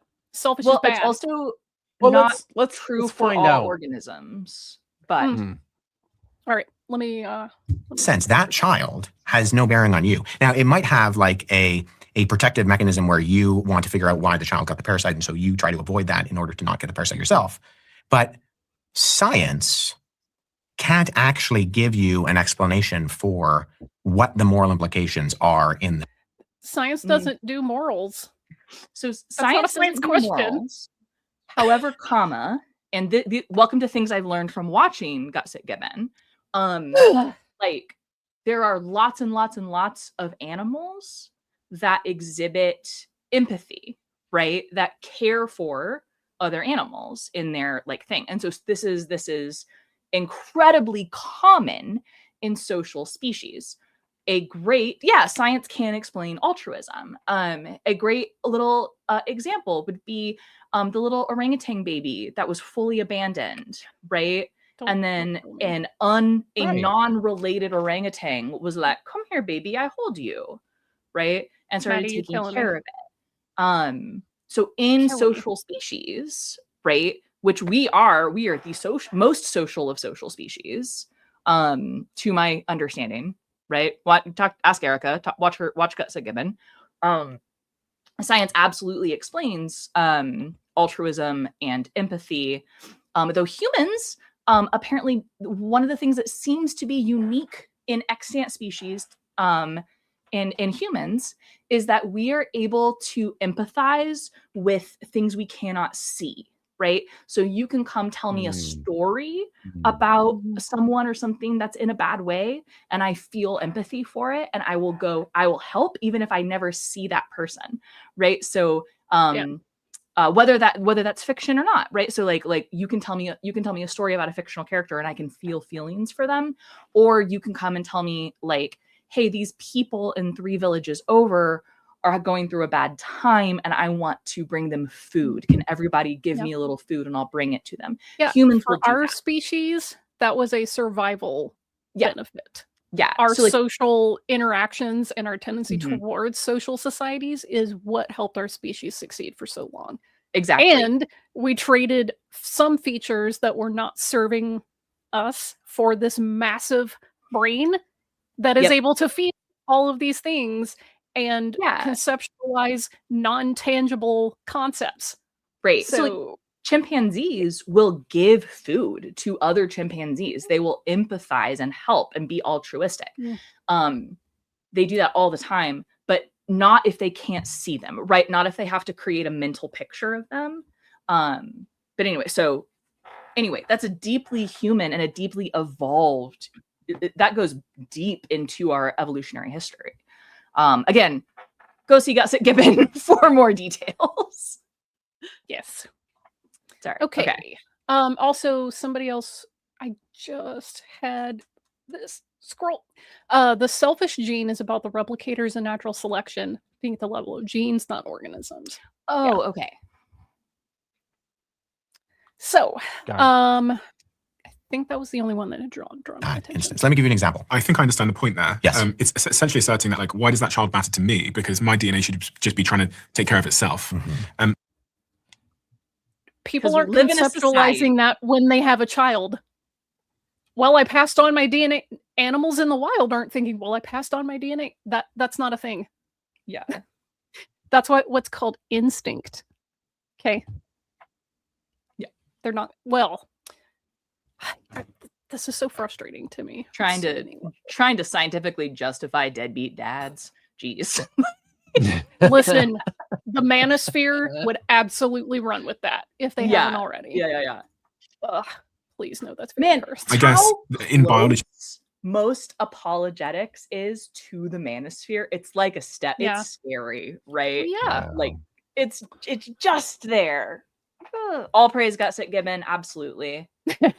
Yeah. They just I can't want handle that there's such a thing as secular morality. No, but Yeah. we're the source of all that's good in the world, and no one can be good without us in our system. Man, get out of here. So narcissistic. Yeah, there's I don't always know who my child is, but also from an evolutionary perspective, if we were raised in communities and tribes, we took care of all of the children. Sure. In the surroundings. I would take care of my brother's children, and he would take care of mine, therefore. Yep. Yeah. And again, that goes back to the point of survival, which means that I'm more likely to survive if I take care of like my community. Sort of. You read something. No, That's sensible. Almost Sensible, universally true. Also says not a biologist, right? And if he tries to start arguing individualism after having just complained about science can't tell you about morality, I am going to scream. Yeah. Also, like, science can't tell you about morality. Factual. Morality is not like an observable natural process, right? That's a different field. And not to say that there aren't, like, again, like altruism and empathy, these things have these have like evolutionary genetic origins, right? But like you're getting into like anthropology as a field, which is not like a hard science, you know? That's, I don't mean that to say that despairingly, right? Like anthropology is an important field. My brain doesn't like it because my brain wants math, right? Mm-hmm. But if you know what I mean, like anthropology, math can't do history, so math can't do history, right? Which is why I we've do history. Different tools for different outcomes. It's almost like humans are specialists. Crazy. Like the origin of species, though. Like Darwin himself, when he's articulating the survival of the fittest, there is an aspect of you shouldn't take care of. What? Hang on, I this is important. In Darwinian evolution, survival of the fittest refers to natural selection, where individuals with traits that enhance their chances of survival are more likely to reproduce and pass those traits on over time. This process leads to the gradual adaptation of a species to its environment. That's true. Yeah. So, Kip, you may have been right. They might be trolling him because this is an accurate little community box. Yeah. It's not outside the realm of possibility. But what did he just say? He said something about Darwin came to the conclusion that he's about to say he's about to do a eugenics. He's about to do eugenics. Right. Yeah. Okay, let's hear the eugenics. Because they're actually bringing. Here we go. You shouldn't take care of those people because they're actually bringing the genetic gene pool down. So no, that's just eugenics, and that's not what Darwin. No. Right? Like, Maddie, do you think any of these apologists or fundamentalist or evangelical Christians, when they start doing eugenics, do you think that it ever like fleetingly crosses their mind that they're the only ones jumping straight to that conclusion when they hear about evolution and natural selection? Do you ever think that ever bothers them? But I'm actually I don't think it bothers them. I don't think they realize they're doing it, because I'm actually gonna bring this back to Kate Bowler and the history of the prosperity gospel. Where I was going with that is if they, as science hating, not materialist, communist, atheist skeptics, if their first thought after hearing survival of the fittest is eugenics, right? Money out of the heart, the mouth speaks. Yeah, but I think the reason they do that is because in our society, and especially in evangelical Christianity in the modern Western world, there is this notion that your physical state is a reflection of your spiritual state, right? If that someone is disabled or ill, or especially chronically ill, it's your fault morally. That this is somehow a moral failing, right? Not necessarily the initial cause of it, but the fact that you have not been healed of it, you have not received a miracle, must be an issue of faith, right? Question. Mhm. This isn't a physics question, so Yeah. hopefully your experience will help me here. But as Cool. someone who is at least a confessing Christian, Yeah. isn't there a story in the Bible about Jesus healing a guy and the people nearby going, "Who sinned so that this guy had this affliction?" And didn't Jesus say nobody? Yes, that sure is a thing. Oh, okay. Listen, I'm Huh. a confessing Christian and I'm chronically ill, right? Like Same. these are things that I wrestle with. There's a reason I love Kate Bowler, right? And I will read anything she puts out. But yeah, so like the eugenics aspect here, right? And the is so close. It's right there, and it's so close to, well, anyone who isn't fit, right? That it falls into like disability is a moral failing, Yeah. right? Mhm. And it's right, and that's deeply embedded in the evangelical mindset, right? In a way that is really upsetting, right? Oh gosh, there was someone on it was on the Data Over Dogma podcast. The Data Over Dogma podcast. Jesus said, "Verily, it was your mom that Verily, said." it wasn't. Yeah. Yeah, Jesus's answer was basically shit happens, bro. Like, let's try to fix it. Yeah. But Isn't Data that the Over whole Dogma book of Ecclesiastes? had a great episode where they had someone on who was a scholar of like disability in religion, and Yes. looking at Oh, like, yeah. disability in the text. And so I know who you're talking about. Name's on the tip of my tongue. yeah, I if you haven't realized it yet, I'm incapable of remembering like specific names. I'm incapable of remembering details. My husband is a genius at those things. He was like a history major. He's the humanities one in the house, right? And if you want to know the date of a random like battle in a Spanish war from the 1500s, he's got it, and he'll tell you the name of the general too. And I don't know how he has that superpower. So yeah, I don't hold those details Your mom, in my brain. Jesus, I think probably. Hey, I meant fun to do fact. that one. Damn it, kept. Sorry. Now I What? lost it. Wait, there it is. Okay. Nyeh. So, your mom, Jesus, probably trivia in one of the Talmudic dialogues. I'll be polite and say dialogues, not arguments. In one of the disagreements, a literal conversation occurs where your mom is the comeback. So yeah, there's That's no awesome. jokes in the Talmud to say. My favorite thing about like history, right, and learning about people of different times is how deeply human they are. Of like, nuh-uh, your mom, or like we've been like this forever. Yeah, or like We've been like kids forever. scrawling in the. We draw dicks on everything since Yeah, forever. we draw dicks on everything. Yeah. Yeah, we draw dicks on everything. The Air Force Academy just had to get onto their cadets for flying in dick patterns again. Humans. So the name of the scholar of disability on the Data Over Dogma podcast was Isaac Soon. Thank you. Isaac Soon. Okay, awesome. Yeah, that was a great episode.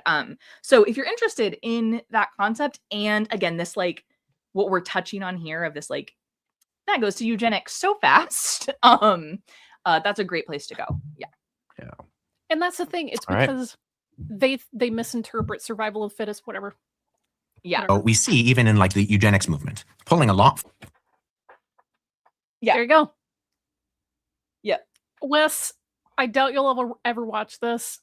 Probably because if you've listened to me rant about you before, it probably made you upset and you don't want your pretty Christian ears to have to deal with that kind of hateful rhetoric. But does it ever cross your mind that y'all are the ones that go straight to eugenics and not the scientists that understand how this works? Yeah. Also, like we can say eugenics bad, and the other thing is that like people take science ideas and do bad things with it all the time, right? This is why like AI, for example. I'm sorry, just Trills above Isaac Soon Abram.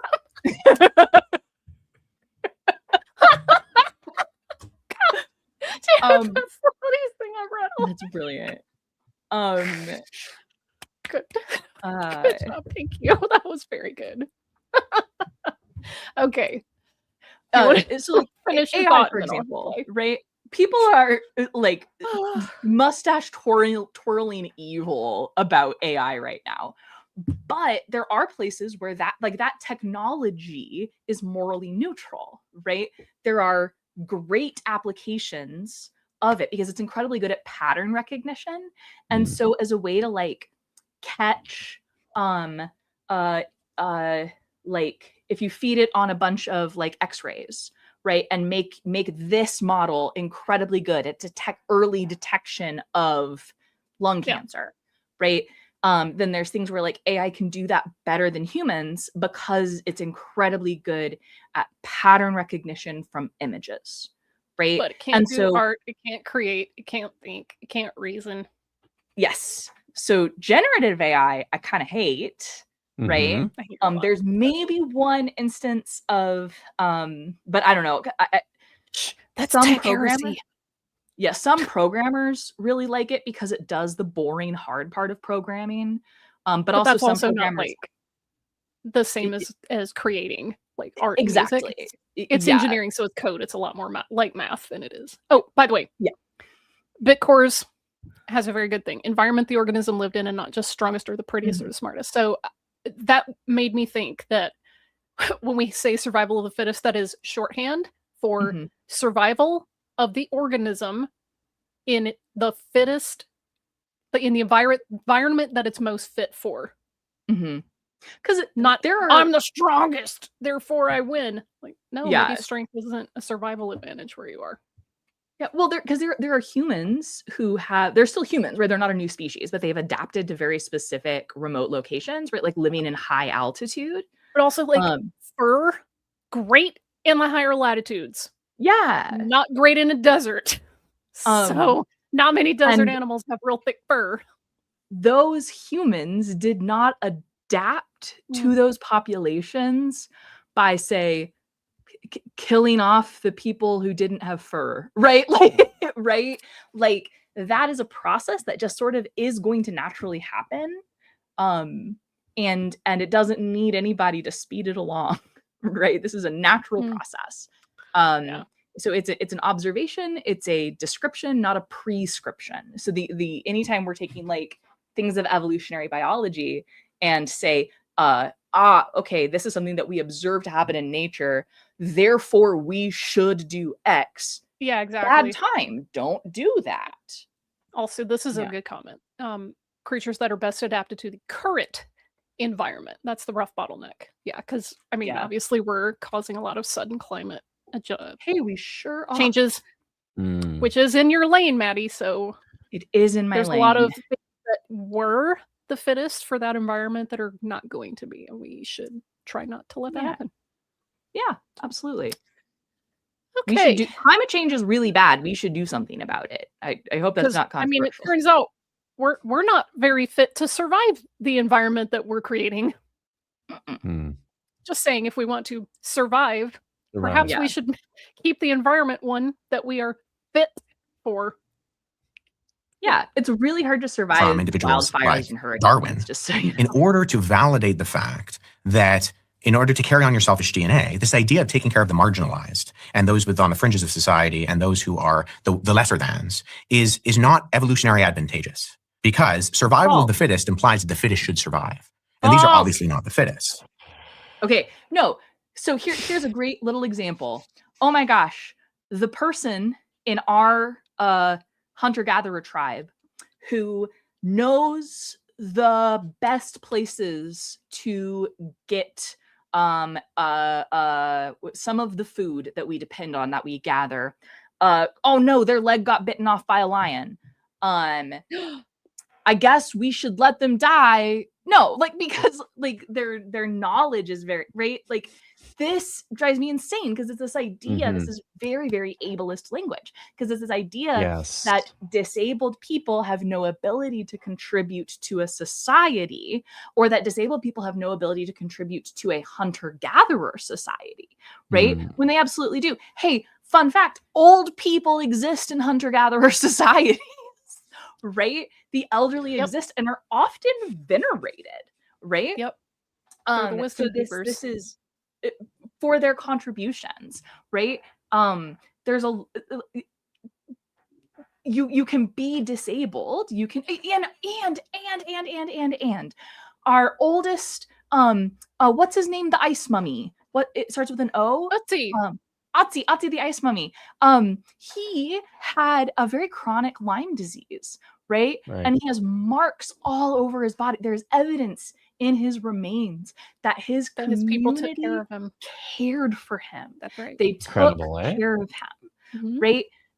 Caring for the marginalized in our society is deeply human, right? And if you want to come at that from a Christian perspective, then that is something about humans that is God-given, right? And there are also animals who are social by nature, who spend time caring for the young or the old members of their species, or maybe their pod or their community, and they will mourn the dead. Yeah. Like that, there's the whale that pushed her little dead calf around for like what, weeks? That's right. You know, elephants famously mourn their dead. I believe corvids as well. So it's like, listen, this seems to be a survival advantage and like kind of something that emerges from becoming a social species. Right. These are going hand in hand. And so the it's not like, is, magic. Now you're altruistic. You don't, altruism isn't magic, right? And like, again, you don't need a religious framework to get to altruism. However, altruism should very the whale religion fit into your religious framework, right? I want to believe what the cetaceans believe. That's what I want. Sign me up. There's whales, and I think whales will sometimes they'll help those who are having trouble swimming to the surface to breathe. Wow, right? Like social animals are great. Social animals care for each other. Yeah. Yep. I'm just like, I know what he's going to say to this. Anyway, it's actually a Judeo-Christian ethic in the understanding. Hey, spoiler alert real quick. There's no such thing as Judeo-Christian. No. Stop saying that. There's not. Thanks. Understanding of everybody having equal value, that we should be taking care of people because they have intrinsic value, not extrinsic value, that allows us to then even import. That's also a value across non-Western religions as well. An idea of taking care of those who are. Sorry, question. Instead of Judeo-Christian, if you want, would it be more appropriate to refer to like Abrahamic religions? Is that a better? No. Okay. No, because those two categories, Jewish and Christian, they don't just get lumped together. Okay. There are so many philosophical, moral, textual, social, culture, all these differences make them unique enough to where you can't hyphenate them. There are a few things that are common, but it's more like universal things. Okay. But a lot of Christians want to appear to be tolerant of other religions, and so they say. So with Judeo-Christian, number one, it's a way to do Islamophobia, but with a nice, pretty paint coat on it. Number two, it's a way to erase Judaism because it's always made in reference to something that is very culturally Christian. Okay. So like, there's not a Judeo-Christian worldview. There are Christian worldviews. There are Jewish worldviews. There's not just You're one. probably better off just saying something like Western religious.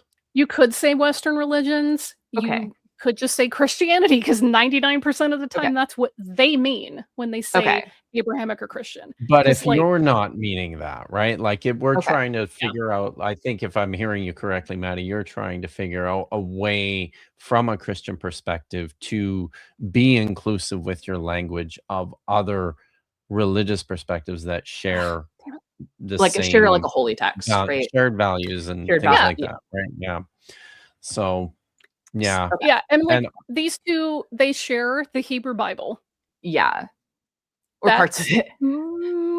Parts of it. But it's like, even then, there are massive differences in the way those texts are read. So even then, I would say even Abrahamic is not great, because there's more than 3 Abrahamic religions. That's true. There's at least 5. I think maybe 6 or 7. But yeah, like when people say these terms, they know what they mean. And it seems intuitive, but it's one of those things that seems really great on the surface. It's really not super great, So I think what I'm hearing you say is it's better to just be specific about what you're referring to. If I'm referring to people who religious groups that read and consider the first 5 books of the Hebrew Bible holy texts, I could say that, or or just to be specific about what I mean. Yeah, but also like in this case, Wes isn't talking about the Hebrew Bible or the Torah. Right. He's using it as like a cultural shorthand, and that's definitely not how that works. And it's specifically imagine in this Zoroastrian influence theology. There you go. I like that. In this instance, it is specifically being used by Wes to denigrate Islam or Eastern religions, or like it's, and I think that is the point. Yeah, because he was just saying about how there's a very important shared value of the intrinsic worth of the individual that is not restricted to any Western religions or any religions. So there's a lot of Eastern religions that do it better. Okay. I had a I was also going to point out. Noise Ending says, I grew up basically being told that Judaism is Christianity without Jesus. Yeah. And that is one of the things, is like my role is to show people that Judaism is its own system and has its own history, its own texts. It is not diet Christianity. It's not Christianity without the Jesus calories. So yeah. Oh, I never growing up, because I grew up evangelical. Growing up evangelical, Judaism wasn't presented to me as diet Christianity. It was like the other way around. Like it was Christianity with way more rules and no Jesus. But that is true. I also thinking about it now, that term Judeo-Christian and trying, especially in an evangelical framework, they're off because there's like a lot of evangelicals have such a hard on for Israel, right? I know. They're trying to like, it's because it's main character syndrome to Israel somehow. Syndrome. They're like, well, if all the bad shit happens and the apocalypse goes down, Jesus will come back and then we win. So it's just again main character syndrome. I will say Katie Lewis brings up that Dr. Justin Sledge, who I love, that's one of my homies, has suggested Western apocalyptic traditions. That's actually pretty cool. Okay, I like that. Yep. Okay, thank you. Cool. Hey, I like to know how to do stuff better. Me too. Excellent. Sometimes I say things in a dumb way, and I don't want to be dumb. Yeah, I have only ever heard maybe one person who's not an evangelical Christian use Judeo-Christian, just in common. Like, you're right there, Maddie. What weather phenomenon is happening? No, that was actually an Amber Alert. But I was concerned it was going to be a tornado. Yeah, right.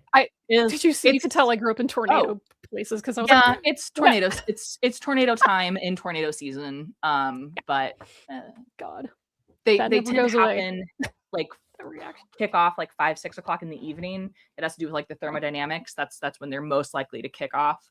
But no, we're good. Cool. Science of tornadoes.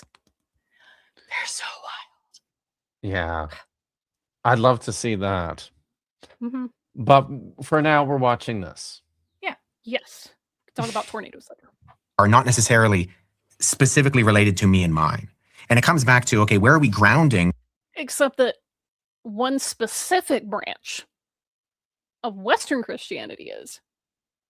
Yeah. That's the evangelical side, to which he belongs, which is hyper individualistic. It doesn't want to say that. Right. But it is. It is. It's hyper individualistic. It's very there's a lot of, at least I felt this as like a teen and a young adult. This was kind of what triggered my deconstruction, was that like the church was only interested in what I could do for them, right? I was only a valuable member of the community if I was donating my time and energy, right? Yeah. And when I did not have that, or when I needed things from the church, when I needed support, right? Then I was not a valued member of the community, right? Wasn't there just a TikToker that did this? I don't know. I'm not on TikTok. They're like, hey, I'm in Me need. neither. And they called a bunch of churches. Oh, that one. Oh, and right. Yeah. most of them turned this person down. Yeah. My You know, only one of the places that didn't Mhm. turn them down, a mosque. my only the overall framing of that is like fully legit. There were several places that like tried to refer her to, oh, this is the resource that has all of that, and that was still counted as a not giving help, right? Oh, yeah. And Yeah. I didn't, but that's my autistic brain being nitpicky and about rules, right? We're here for it. That's you know. I'm Jewish. I'm that's, here for it. Yeah. Rules. It's Let's half my talk about it. audience, Let's debate them. honestly. Yeah, like my Well, We can church spend hours doing that. doesn't have its own food pantry Mhm. because we collaborate with several other churches and have one big one, right? So it's a pooling of resources thing. And so if somebody had called like my church, they probably would have been said, you need to call this group, right? They can get that. This is for you. it. And I was not surprised by any of these. The TikToker in question got help from Jewish places, Islamic places, Black Protestants, again, community, hugely based on community, Buddhists and Catholics. Yeah. And if you ever need food and you just happen to be in a place that has sick folks, like the Sikh, the guys wear turbans, they will feed you. That is feed you. like part of their religious beliefs is that they are to feed like people in need of food. So yeah, shout out to the Sikhs. Okay, back to Wes. Fortunately, this objectivity in, because there have been societies that have attempted to do it in like a might is right aspect, and you ground the objectivity of what we say is right in a society that says this is better for the most amount of individuals within a particular community. I think about a might is right community. For someone who belongs to the Commonwealth of the British Empire to say, but you know, I'm just American. I live in a different empire. Mm-hmm. Where the Southern might makes right. You know. I also don't know if he's I don't know if he's using all the words correctly there.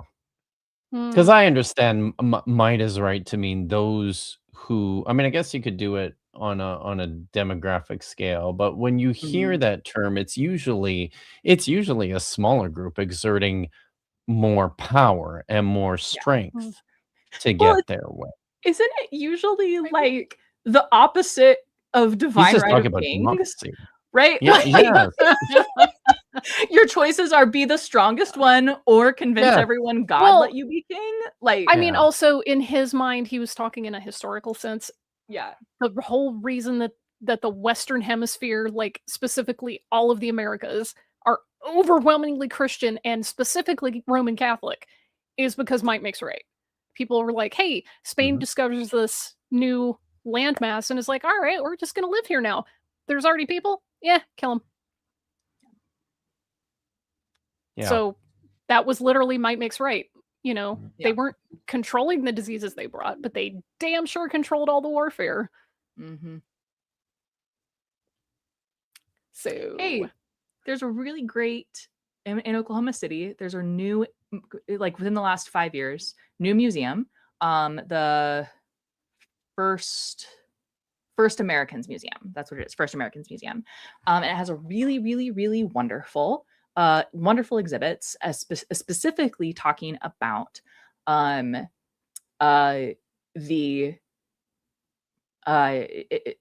just how the Native Americans of North America were wiped out by diseases. Like already 80 to 90% of the population was dead by the time the Pilgrims arrived. Right. Yep. Which is not a thing in Portugal. Good that's job. taught. Incredible. Yeah. Which is not a thing that's ever taught in schools. And If it really is, it's not reframes how we might think about. Yeah, there are some pretty short form videos on YouTube about this. But yeah, they talk about how disease killed a huge, like millions of people before what would become, the U.S. Pilgrims arrived. So when they were like, oh wow, nobody lives here, we can just like move right in. That's why. Yeah, virgin soil Thanks, epidemics, Portugal. like Cool. in the Americas, was more than twice as deadly as the Black Death. The Black Death killed about a third of Europe, right? And we're talking about 80 Crazy. to 90% of the populations in the Americas were killed by. And you know why the indigenous folks died in such numbers? They were geographically isolated from the populations that got these diseases, and they did not have an immunity. Mm-hmm. Yep. So we're talking about, in the strictest biological sense, when that disease came into the environment, it very quickly determined which people were fit to live with smallpox. Yep. Rampant running around. Yeah. And that's not a moral judgment. That's just fucking viruses doing what they do. But yeah, it's like, it's horrible. It's a horrible thing that happened. Right. Yeah. Especially once those diseases were intentionally, measles blankets, right? Measles and smallpox blankets. Once that became weaponized, now we're talking about a moral issue. Now we're talking. Because that's not the virus just doing whatever. Ugh, that's so gross. Oh wait, people had COVID parties. My bad. People are dumb. Okay. All right. So ridiculous. Hey, Yuval Noah. Yeah, Harari. We're in this book Sapiens where he says that the real on the House floor because he opposed, or he was for Medicaid expansion.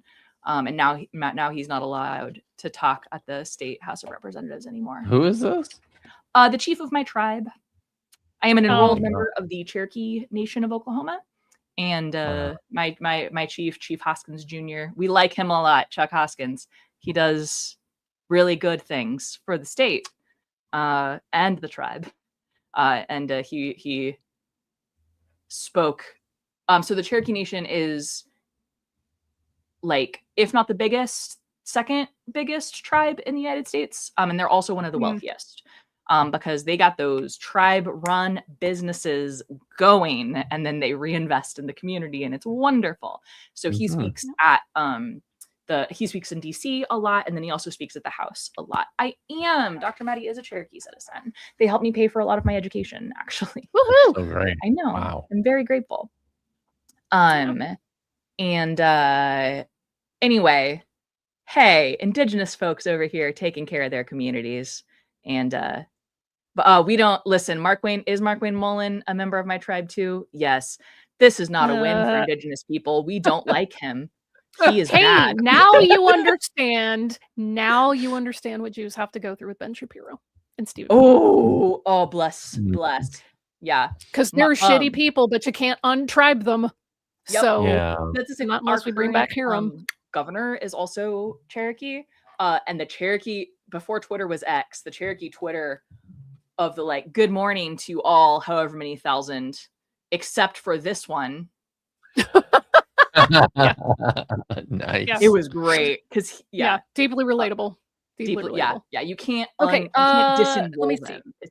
I'll read the community notes real quick before I hit resume. Yuval Noah Harari's Sapiens argues that our ability to create shared myths allowed humans to cooperate and build complex societies. This contrasts with the more biological perspective, like Dawkins's quote-unquote selfish gene, by emphasizing the role of collective beliefs in shaping human behavior. But the selfish gene was about individual cells. It wasn't about societies and large organisms. Yeah, so wild. Things that apply to cells can't be extrapolated to communities. Yeah. Biology and anthropology are different fields for a reason. What? Yeah. What? Defining trait of our species versus other species was our ability to collaborate and basically scratch each other's backs. And that meant that we had evolutionary advantages, because if we could work together in a big group and we could believe in stories and we believe in money and prison and governments, etc., we could band together and take on the lion, or band together. Corvids have entered the chat, is all I'm saying. Evolutionary biology. Yeah. But yeah, I think like the longer this interview goes, the more I think Kip was right that they might be trolling this dude. Yeah. I like that answer, by the way. Well, whatever. And it's actually that, in part, there you have, like, I need to take care of you, you need to take care of me, and we're going to reciprocate that altruism and increase our survival chances. Altruism refers to the selfless concern for the well-being of others, often involving actions that benefit others at a personal cost. It could be viewed as an evolutionary advantage, as looking after your family, for example. could increase the chances of your genes being passed on. Thanks. Mhm. So again, that might explain why I care about that kid. Because the species that didn't, they would never have been able to band together and take on the elephant. Yes. I think it's largely our modern perspective living in a society where we are starting on second base already with our moral perspectives, right? We have. No, we're not more moral No. than past humans. No. Is that what he's saying? Morality is relative to the time and culture that you live Yeah. in. my We're not boy. more moral. We might have more words to explain why Yeah. we do things or to make arguments, right? Also, And- this Yeah. big ass brain that's sitting in Yeah. this big ass skull. Yeah. That's the thing that's putting you on second base. Yeah. Right? Also, like trying to understand the most moral way to run a city government, right, is much more complex than how do we in a 50-member tribe behave morally. Mhm. So if you want to think about like where we have an advantage, right? We've worked out some stuff. It has more to do with like governance of large numbers, right? And we're not very good at it. Question. So when the But, air like- pressure conditions are just right to form a tornado, Yeah. and that rips through a town or even just a forest and knocks a bunch of trees down, is that moral or immoral? That's amoral. Huh. Okay. Huh. Yeah. Interesting. But Inherited all of people's these moral response- categories because of our Judeo-Christian ethic. No, they did not No. inherit any Judeo morals from that. Right. Because But that people framework doesn't exist. people's response to go help their neighbor after that tornado, that's just a human thing. They would have done that 2,000 years ago too. That's hey, we're social species and we have this thing called empathy. Yeah. It's so frustrating to listen to this guy. If you look at basically every society prior to this, or even societies in the East, that's not a given, right? That's not an assumption. I'm sorry, I'm throwing things at my Used? computer. I beg your finest pardon. Did he just Oh. imply that Eastern cultures don't have like intrinsic worth of the individual and aren't altruistic? And almost every ancient culture, not just Eastern Yeah. cultures, Eastern cultures plus almost every ancient culture. I'm not That's what I heard. Listen, I don't know much about Eastern religions, admittedly, but one of I went down a rabbit hole one time learning about a type of Buddhism in Japan, right? And for Buddhist monks in Japan, they had this idea that their own like the degree of their personal physical suffering was proportional to their ability to like do spiritual good, right? So the more that they individually suffered, the more they would be able to positively influence their community, right? And so there's this story about a monk who was traveling and he saw a village there was a plague going through the village, right? And what he did was he plucked out his own eye, right, to cause himself immense personal suffering, which enabled him to sort of cure this disease that was going through. Point being, cool story, right? Interesting perspective. But my point there being, this was in the story a community he had no personal ties to. It was just his responsibility as a spiritual leader, right?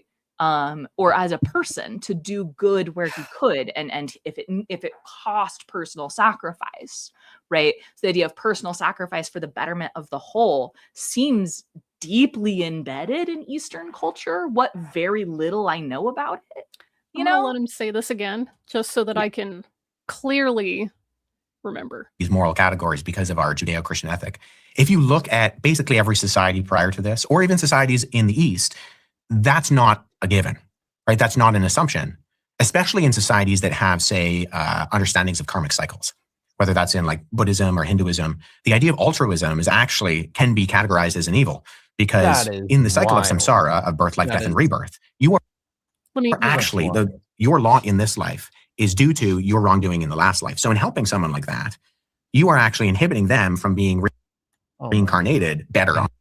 this is projection, because the people that are most unlikely to help the downtrodden are evangelicals, because you feel like it's a handout, or that you're lazy and you don't want to work. You're just doing this for the welfare. That group is overwhelmingly going to deny those people any kind of like assistance or social programs, because that's how they think. So Wes, stop projecting. He doesn't know anything about Eastern religions. No. This is racist, honestly. And this is just I think this ignorance is and a racism. general. Yeah. It is. This is I think this is a fairly general principle that will serve you well. Don't depend on people to accurately represent religious ideas and systems that are completely foreign to them and that they're already antithetically predisposed towards. That's why you should never listen to any Christian apologists when they start talking about Islam or start talking about Buddhism or Hinduism, Eastern because they do not know what the fuck they're talking about. Also, They don't. Okay, I just want to point something out. Japan has one of the lowest rates of Christianity, right, in the world, right? Yes. And Just got rated by know- Skeptic Haven. What's up? What's up, Skeptic Haven? Do you know what population, what demographic is the number one like group that commits crimes in Japan? Is it white people? It's American tourists? service members. What a shock! American service What a members stationed in shock. Japan are the most they're the most likely to do crime, right? Why There's something like number of murders in that entire country is like less than 400 a year, right? There's this thing, the American, like the United States mindset you're taught from a very young age. You can just go wherever and do whatever the hell you want, and there's shouldn't be any consequences because God, guns in America. Yeah. So, So by the like, way, Simone writes, what are the bodhisattva vows, Wes? What does a bodhisattva do in the world? Who does a bodhisattva accrue merit on behalf of? It's all sentient beings, Wes. It's for the sake of all sentient beings. can someone help me understand that? Understand the Oh, so one of the vows is like about your personal suffering and the things that you go through in this life, and you're doing it not because you're trying to shed your own bad karma, it's because you're trying to do that on behalf of other people because you don't want them to suffer. But So- what is a A bodhi? bodhisattva? Mhm. Simone, if you want to type like a quick sentence in there, that'll help. I don't want to explain it wrongly. Okay. But I believe they're similar to monks. Oh, But okay. yeah, the Members of a chat is religious already order? saying they themselves forego enlightenment or nirvana because they're trying to help other people. So it's Oh. basically the most selfless version that you could be in that. So That's such a beautiful. That's Wes so doesn't know beautiful. I love. There is so. but no, because of our superior moral Judeo-Christian values, you see, Maddie. Yeah. I haven't read much into Buddhism. I've definitely, but in a religious person with a chronic illness, right, and that journey, there's a really great book that's called How to Be Sick, and it brings a very westernized, but like a little bit of an introduction on like Buddhist understandings. And I have to say that like, like adopting some more Eastern perspectives on like for myself and my own like religious and faith journey with a like disability, like they're way better at handling disability and chronic illness than Christianity is, frankly. Right. Definitely had to like go outside my own faith to like find a way to There's also, Maddie, understand it, whenever you you know? want to spend a couple hours chatting, I can tell you Yeah. about the incredibly like foreign cultural reference point that Judaism has as opposed to Christianity in Okay. terms of like Well- caring for your sick and your dead.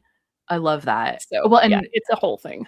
one of the things that I love about Episcopalianism, right, is and it's I love the liturgical calendar, right?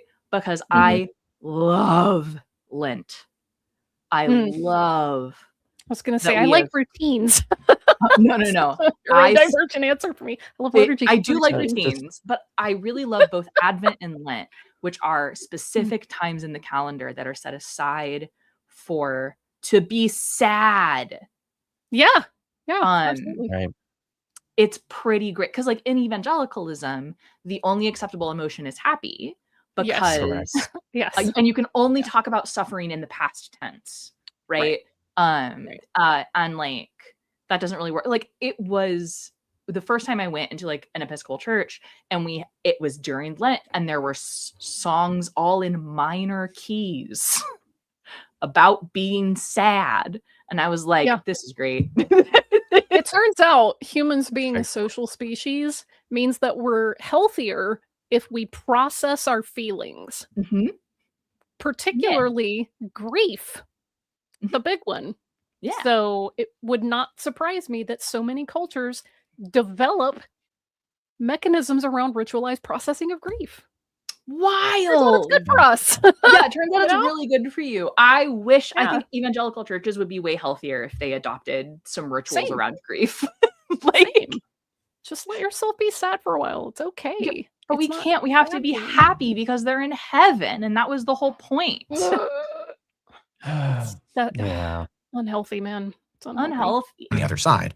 So an idea like altruism doesn't exist within that Eastern society. And if you look in the Hang on.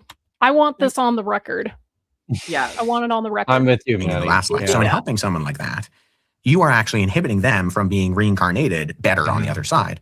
So an idea like altruism doesn't exist within that Eastern society. And if you look in It's racist as hell. We could just do it all We can just do together, it again. right? Yeah. Everyone.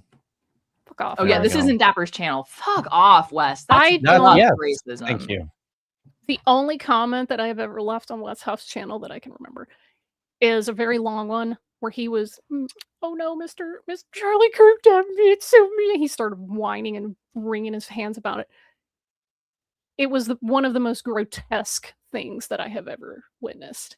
This may have just overtaken it for the most disgusting, immoral, inhuman take that I have ever seen Wes have. If I'm gonna call it's 2:21 is the timestamp right now. Somebody wants to clip that out of this stream. Altruism doesn't exist in helping people in the Eastern Side. What about the story? Maybe it's because he's Canadian that eye. he is more direct about his racism. Because in America we do dog whistles, but holy shit, Wes! Holy shit! You should repent for that, man. Yeah. the ancient world, let's pick on the Babylonians. The Babylonians, if they were to read Dawkins's River Out of Eden, would basically Were the Babylonians No. Keep not going. altruistic? Okay, Keep going. All right. say, yeah, exactly. Right. So they have this creation story. It's called the Enuma Elish. And it's this big battle of the gods. And it's an origin story. It's an attempt to explain why everything is here. But the conclusion of it is basically, you are a product of a big battle and a mistake, right? The one god loses, and you, everything around you, the earth, the sky, it's just the remains of the gods that lost. Okay, I mean, so it's this not is quite quite. as- Stop. Ugh. This is possibly the worst explanation I've ever heard of the Enuma Elish. I had the opportunity to watch this ahead of time too, so I have pulled up now. He basically said, I think he's basically trying to say that the Babylonian worldview, as represented in the creation story of the Enuma Elish, is about blind, pitiless indifference in terms of in terms of the creation of humanity, because they were created. Humankind was created out of the remains of actually Kingu, who was the leader of the forces of Tiamat in the battle with Marduk. He was one. But this is just this is just the most uncharitable reading that I can think of with regards to this text. And I mean I've got it here. I can just look at it and tell you what it says here in I need to go back to the other I've got another bookmark here. Here we go.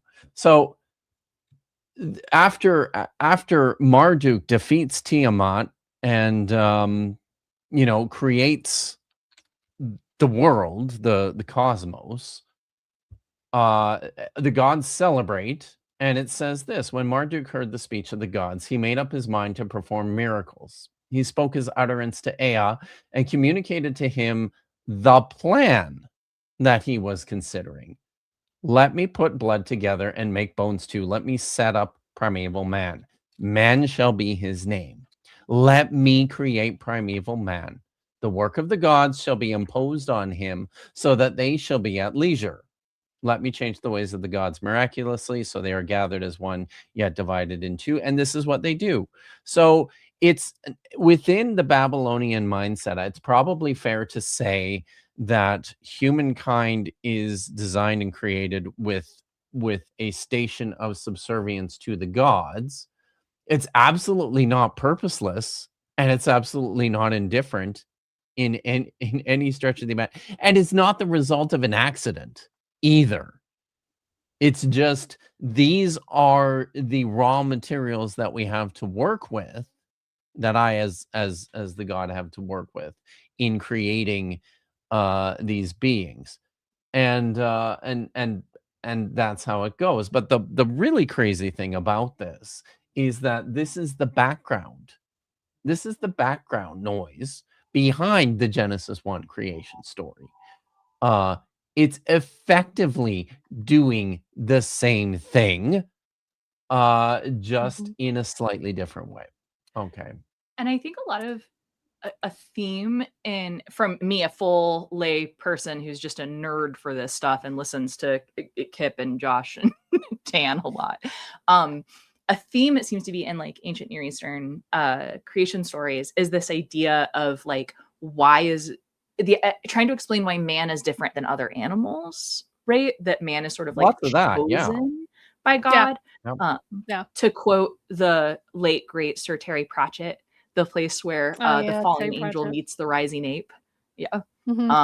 Yep. Go old Terry. Yeah. So Tree Climb Tad for 2. Wes Huff is a bag of AIGs. Indeed.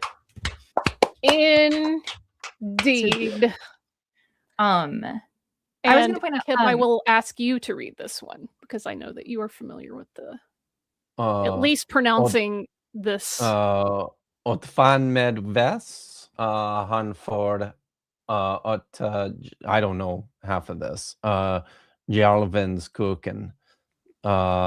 Yeah, sorry. If I were to guess at the first sentence, I can't with Wes. Am I close? I don't know. Could be. What you were saying, but also something the Babylonian hold on. creation narrative isn't quite on the same level as the Egyptian one about the ejaculating into the sure, yeah, universe. but that well, that I mean, there's a Sumerian one like that. Sorry, you were saying something, Maddie? I don't know nearly as many of the like of like Cherokee mythology and folklore as I wish I did. But one of the things that I think is really interesting is a lot of times, so like Earth is made by a beetle, right? Just a regular ass beetle, who like starts to collect dirt together that allows others to stand on it, right? And fire is brought to the world. There's a whole story about how like bear tries and then an eagle tries and all of the different animals try. And the one that succeeds is the water spider, who walks across the water to the island where the fire is and then weaves a net and carries a coal back and walks on the water. And I love the themes there of the smallest and weakest, right? And most vulnerable creatures being so important and integral to the creation and to the culture. And I really like that. And so to Wes's notion that there is either a patriarchal Christian, Western, evangelical view on creation, and that is the one good way, and that's the only way you get altruism. Everyone else is wrong, and everything else is wrong and bad and doesn't have altruism in it, and it doesn't demonic have and scary care for the marginalized in it. It's just not true, right? And it speaks to, frankly, deep ignorance and deep racism. I want to put this last Wes Huff quote on a shirt. Oh yeah, the altruism, morality don't exist in Eastern cultures. Like, I just want to put that on a shirt and just put it like quote, write whatever he said, and then put Wes Huff and just wear that to like ETS. Yeah. Oh yeah. It needs to be a screenshot with like a speech bubble. I would do a line drawing of his face or something. So I love it. Yeah, it'd be a big hit there, I'm sure. So, meaning, value, purpose, not really. Ultimately, you're just the product of time plus matter plus chance as well. It's just framed within a religious perspective. Whereas, they definitely think people are worthless and have no purpose. That's definitely what a karmic cycle is telling you. Yeah. Yep. Also, that's definitely things have the so much non-purpose that you accrue bad karma because of it. Yeah. Also, that's definitely the he's totally also talking about evolution, right? Evolution teaches people that you have no purpose. Like, my guy, no, you've moved from a science to a philosophy, and those are different fields. Also, one could argue that because social species develop altruism at some stage in their, becoming more social, one could argue that that is their evolutionary purpose. Yeah, absolutely. Just saying. And listen, that is not a difficult concept to bring into a religious perspective, right? If you have the religious perspective that God is the creator and God is good, well, then out of that goodness of altruism naturally develops, right? Look, I did theology in 20 seconds or less. It wasn't hard. Right.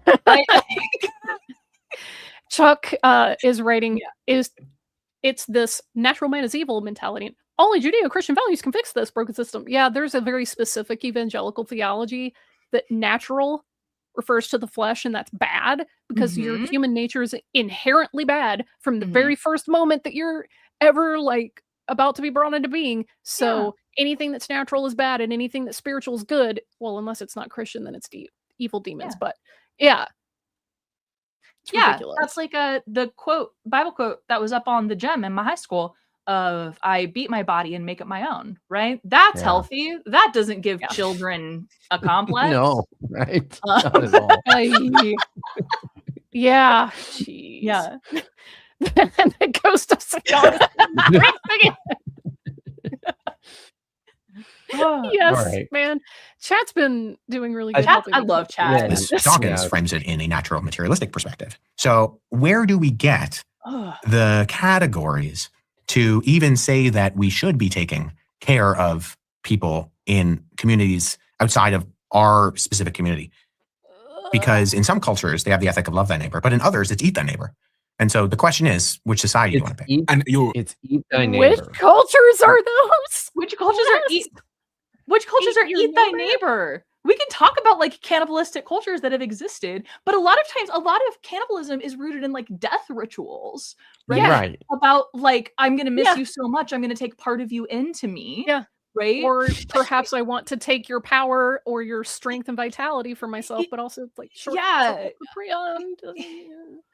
Also, he's not using the from a biblical perspective, he's not using the terminology correctly either. Because your neighbor within the teachings of Jesus is a specific person. It's actually not foreigners. Yeah.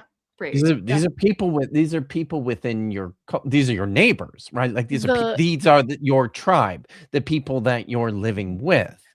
Yeah. And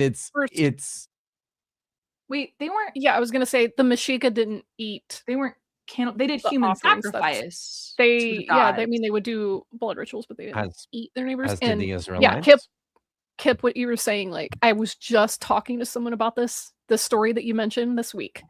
and I had to explain to a bunch of non-Christians this story from the Bible, and I got it down to like 2 or 3 sentences, and I said, so the end of the result, who is your neighbor? The person who needs you.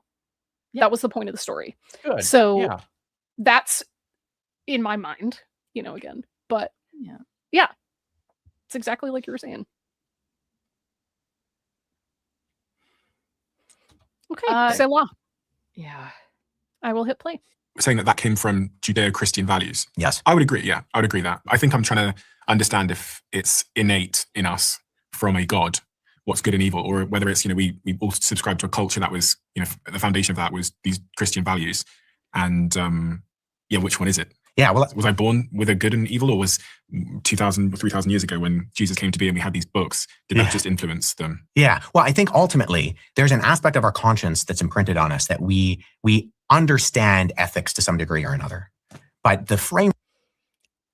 See, this is when he starts painting himself into the corner, because the obvious question, if it's even to some degree that people understand this, you're going to have to explain why different cultures and different societies have different morals. He's already painted himself into a corner.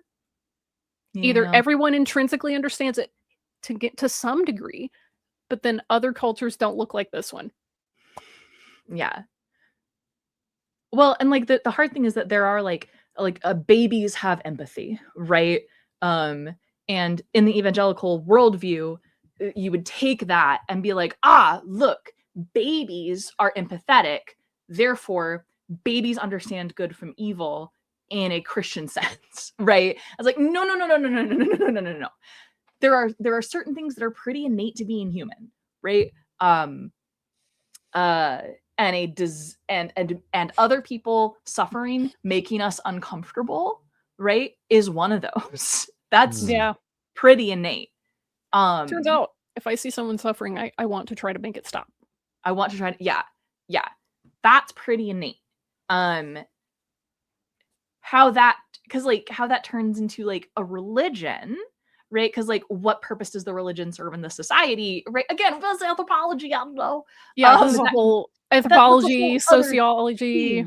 Yeah, that's anthropology, but like that's not directly theology. That's not biology, right? These are different things, and you can't ask biology to comment on theology in the same way you cannot ask theology to comment on biology, right? We need to understand what conversation we're having, right? Yep. Yeah. Yep. 100%. Not a cosign. Yeah.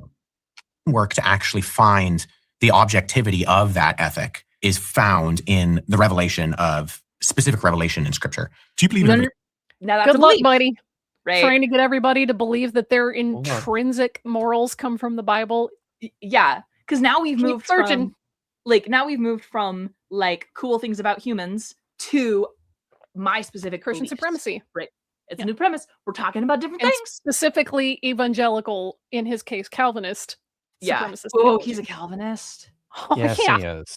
Of course he is. You couldn't tell by the stink coming off of that racist screed. Bleh. Yeah. Yeah, very. Calvinists are the worst. I don't. You don't believe it's true? No. I am open to the fact that I don't think that a belief in evolution undermines Christianity in any way. However, I'm prefacing this by saying I'm not a scientist. I'm an advocate for intelligent design. And that's just young Earth creationism with extra steps. Well, intelligent Maddie, design. Earth creationist. Maddie, tell us. Yeah. Maddie. Yeah. Go, Maddie. So, okay. So intelligent design means that sure, we see evolution happening, we see changes over time, right? But that's all God designing everything every step of the way, right? It's a very consider the trees kind of approach to science, right? It's very, but look, and it's also very complex things can't come about naturally, right? That is that's a baked in assumption, right? Something cannot be functional and complex and not designed. That's the base assumption. So intelligent design, he's going to say irreducible complexity. Yeah. Intelligent certainly. design proponents are generally old Earth creationists, right? Which is better. Like they're denying less science. They're denying less about the like reality of the world. But they really seem to need to for scientists to say that God's hand is in how this animal exists, right? They need that to be true, right? Now, if you, again, philosophically, if you want to go look at the trees and look at the beauty of nature and look at how cool whales are, right? And have that like speak to you and some sort of like religious or philosophical or even, you know, just like, oh, that's beautiful, right? The way that we look at the world and awe, and you consider that type, you associate that awe with God. Go for it, right? Did you see the moon last night? That was amazing. All of my undergraduate research was like on the moon and specifically on craters on the moon. And seen some of the photos from Artemis and in the Science Friends chat being to look like, oh, look, this type of crater is like this, and this is how big it is. Look what arrived in the mail today. It's my Artemis 2 patch from NASA. Nice. I love it. Oh, my Lola mug is at work. It's not here. Lola was the mission that I worked on that mapped the moon. And so that we made a very detailed, I say we, Oh my God, I was that's a little cool. undergraduate intern. They use laser altimeters to make a very precise map of the moon in support of the Artemis missions, right? So we need to have a good map first. And then I helped with the data, initial data analysis of that and data kind of cleanup, right? So filtering out bad points. And then I also used it to measure craters and do some really cool stuff. That's awesome. It was really fun. Also, since you're into the Artemis mission as well, they're finally, because I knew they had to, it would have been stupid not to, they're selling the plushie replicas of Rise. So I bought one. I need it. I need it in my plushie life. replicas of what? Rise, the little plushie mascot that they took with them. It looks like a moon with the little Earth hat and cosmos on the bill of the cap. It's extremely cute, and it just kind of floats in the shots a lot of the time, along with Nutella. Okay. But when they got out of the lander, what was it, a month ago? Almost, not quite a month ago. It's like a couple weeks anyway. When they got out of the lander, one of the astronauts broke protocol and brought the plushie with him and clipped it to his belt and carried it around with him. So yeah, it's very cute. It was designed by a little kid. He's 9 or 10 or something. So it's very cute. Oh, sorry. My daughter's staying with my parents this weekend, and I just got some photos. Yay. She wanted to make a snack for the neighbor's dog, and so so she made a snack and then went over and pet the dog.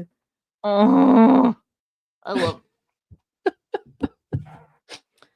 Very cool. Yeah. All right, back to the You get to look at Wes Huff basically instead. Punt the complex conversations of evolutionary biology to individuals who are far. Okay, are y'all?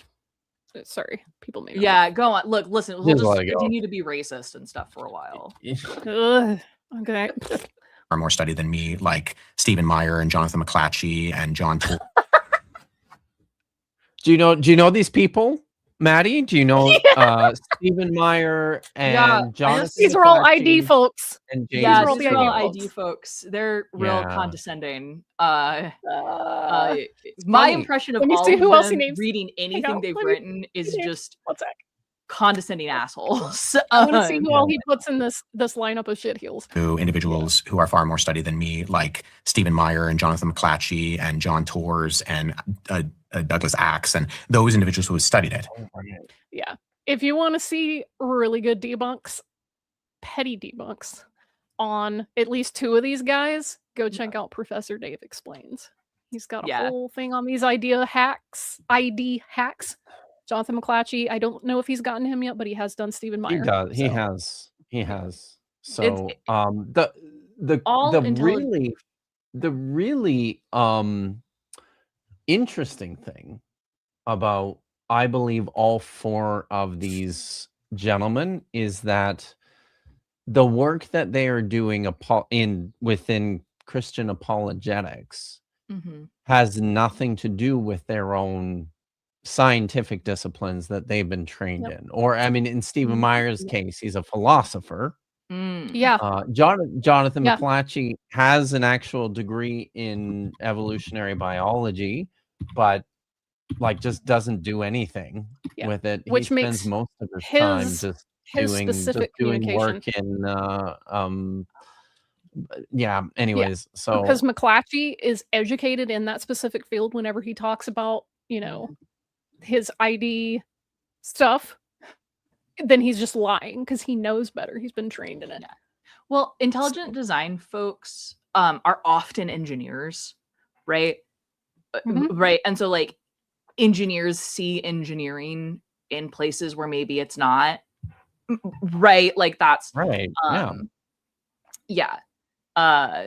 We all love our field and want it to, I have my pet theory and I want it to apply to everything in atmospheric science. And it probably doesn't. But also the Intelligent Design and the Discovery Institute specifically, the reason that they're calling it that is because creationism has already been rightfully booted out of public schools. And they don't like that. They want to force their specific interpretation of Christianity onto kids in school. And well, at least right now, maybe not with this freaking SCOTUS, but we don't want that, and that's not legal. So they had to rebrand C-Design Proponentsists. Yeah, of course, Erica the Goat has covered all of these topics. Yeah. I would like, Erica, hi, I hope you're watching. I know you're not, you're busy. I would like a plushie of your Bonobo cartoon. The Gibbon logo. The Gibbon logo. Sorry, Gibbon, not Bonobo. What am I doing? I told you I don't remember specifics. They fall out of my brain. Riding a goat. I would like a Gibbon on a goat. On a goat. Okay. Because she is the goat. Because she is the goat. She is the goat. She's both the Gibbon and the goat. And the goat. We're getting into some like guts at Gibbon theology here. She's the Gibbon and the goat. She is the Gibbon, but also and the like her human self. Yes, and the all guts at Gibbon Trinity explained. It's a mystery. Oh, okay. Basically intelligent design boils down. All of their arguments boil down to this, right? And you'll see what I mean when I say it's very consider the trees. They will say, look at an eyeball, right? You've been writing two donkeys. Good. Yes. Okay. What if it was like each donkey was like a water ski? Yeah, you write them like both like they're water skis. Yeah. Or you could just put one donkey on top of the other and then stand on the other. Like, yeah. There's a whole mechanism. So intelligent design kind of goes like this. Consider the eyeball, right? The eyeball has some large number of components, right? Yeah. And if you take away any one of those components, then the eyeball ceases to function. So therefore, it can't have been produced over a long period of time by small changes that get us to an eyeball. Because if you take away one thing, right? That why would natural selection select for things that don't have a purpose until they're all together, right? That's an insert whatever system you're interested in. Yeah. That's the argument. That's the intelligent design argument. Other than, well, if you look at things, they just look designed. It's like, I don't know what that means. They look like that. But so the looks like is the hallmark of the pseudoscientist. Yeah, looks like. Yeah. Looks like. So it's like nice. The looks problem like ancient machines. Yeah. The problem with that argument is that you are correct. If you took away whatever piece, you no longer have a functioning eyeball, right? It doesn't do that. But that doesn't mean that you don't have an organ that does something that is functional, right? For example, we have observed in real time, right? We've observed in the wild, there's some species of lizard, a reptile of some variety, not in my field, Dapper Dinosaur screaming wherever he is right now. Dapper screaming. But Listen, he's not watching either, so it's but fine. they've developed on top of their head a cluster of photosensitive cells, right? So all those cells can do is tell if it's light or dark, right? And that has a benefit, a survival benefit, because it helps them see if a bird is swooping down to catch them. Yeah. Right? It's almost like having eyes in the back of your head, except it's on the top. Right. Exactly. So would a fully functional third eye up here be more useful? Open your Sure. third eye, man.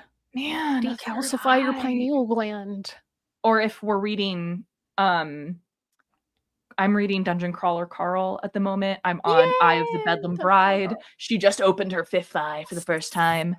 And he had a panic attack, and now we're gonna deal with that. Okay. So like the systems as they are evolving do not have an end state in mind, right? The lizard with the photosensitive cells, it's not trying to make an eye, right? It's trying to not trying, because that implies like some sort of conscious process, right? But it turns out having these photosensitive cells is helpful, right? Now it confers a survival advantage. It's survival advantage, and so the ones with the photosensitive cells are more likely to survive, right? But that's not the only thing that they could do. A great example, I learned this at watching Erica's shorts, right? So why do humans have April? Yeah, and one of her April shorts. Why do humans have long hair? Well, we sacrificed body hair for more sweat glands so we can regulate our temperature better. But as we stand upright, our head and shoulders and neck are more exposed to the sun, which is that causes skin cancer, right? That's a negative survival thing. And so we did not give up the hair on our heads because it was more advantageous to cover skin than it was to sweat from here. That's cool. Elephants solved this problem differently, right? Elephants don't have hair like we do. I know they have some hair, but elephants did it better than humans. Elephants have like 20 some copies of a cell regulation gene that has to break for you to get cancer. Holy cow. So elephants just don't get cancer because they have so many copies of this gene that when you break one, the other is right there. And if you have to break all of them to get cancer, and the probability of that happening means it doesn't happen within an elephant's lifetime. Right? Cow. So we solved the same problem in two wildly different ways. Anyhow, damn. That was evolution. A cool thing I learned from. Hey, you're right. I learned from Guts Also, nice. Tree Clam Tad for 2. Maddie, considered kinds though? I sure have, because kind is another way of saying species. Except even worse and crappier. Except worse. Yeah. Yeah. Katie Lewis is articulating the theology here. Here we go. Eric is both a human, a goat, and a gibbon. The human is not the gibbon, and the gibbon is not the goat, but all of them are Erica. This is the mystery of the gibbon trinity. Yeah, exactly. This is the mystery of faith. I love it. That's awesome. Also, because I believe I skipped it, Ergomeister for 10, grandmother hypothesis, redirecting their energy onto those of their offspring. Grandmothers better ensure the survival of the genes through the younger Wikipedia. Yeah, I was also going to say that a lot of social species do end up favoring, like, at least the mammals. They tend to like favor the accumulated, like, I guess, wisdom of the older females. So they tend to, pass that down to the kids and whatnot. And there's not a lot of species, much less mammals, that like live so long after their, I guess, reproductive capacities have stopped. So that's another thing that is really cool about biology and nature. And stuff. Science. Yeah. Okay. Let's go back to Wes, unfortunately. At the exact same time, though, it also depends on what you mean by evolution, right? So like adaptation is evolution. Just add time. Yeah. Oh my god, I hate this. change in allele Microevolution is frequency different than over macro. time. It's just the difference is Hold time. on. That's it. Yeah. Evolution is the change in allele frequency in a population over time. That's it. That's all it is. That's all it's ever been. There's no functional difference between adaptation or microevolution or macroevolution. These are all the same Time. thing. Now, if you want to use adaptation as a way, like adaptation versus speciation, right? Like that's maybe an appropriate thing, but these are both, these are both evolution. Okay. That's all it is. Darn it. See, this is why Wes is the number one Not the Christianity number one expert. biology. Yeah. Okay. So Yes, he's I agree. Wes Huff is certainly not as cool as the anti-cancer elephant. Yeah, I know. definitely. What do you even mean by evolution? Open a biology book. Yeah. Where Yeah, I did don't Wes believe in go to walking. high I believe in like a school? lot of walking. I don't believe in marathons. Toronto.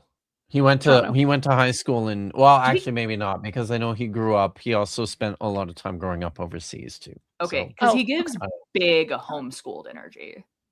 Yeah, he does. Probably that, right? You know, that Very seems big very homeschooled possible. energy.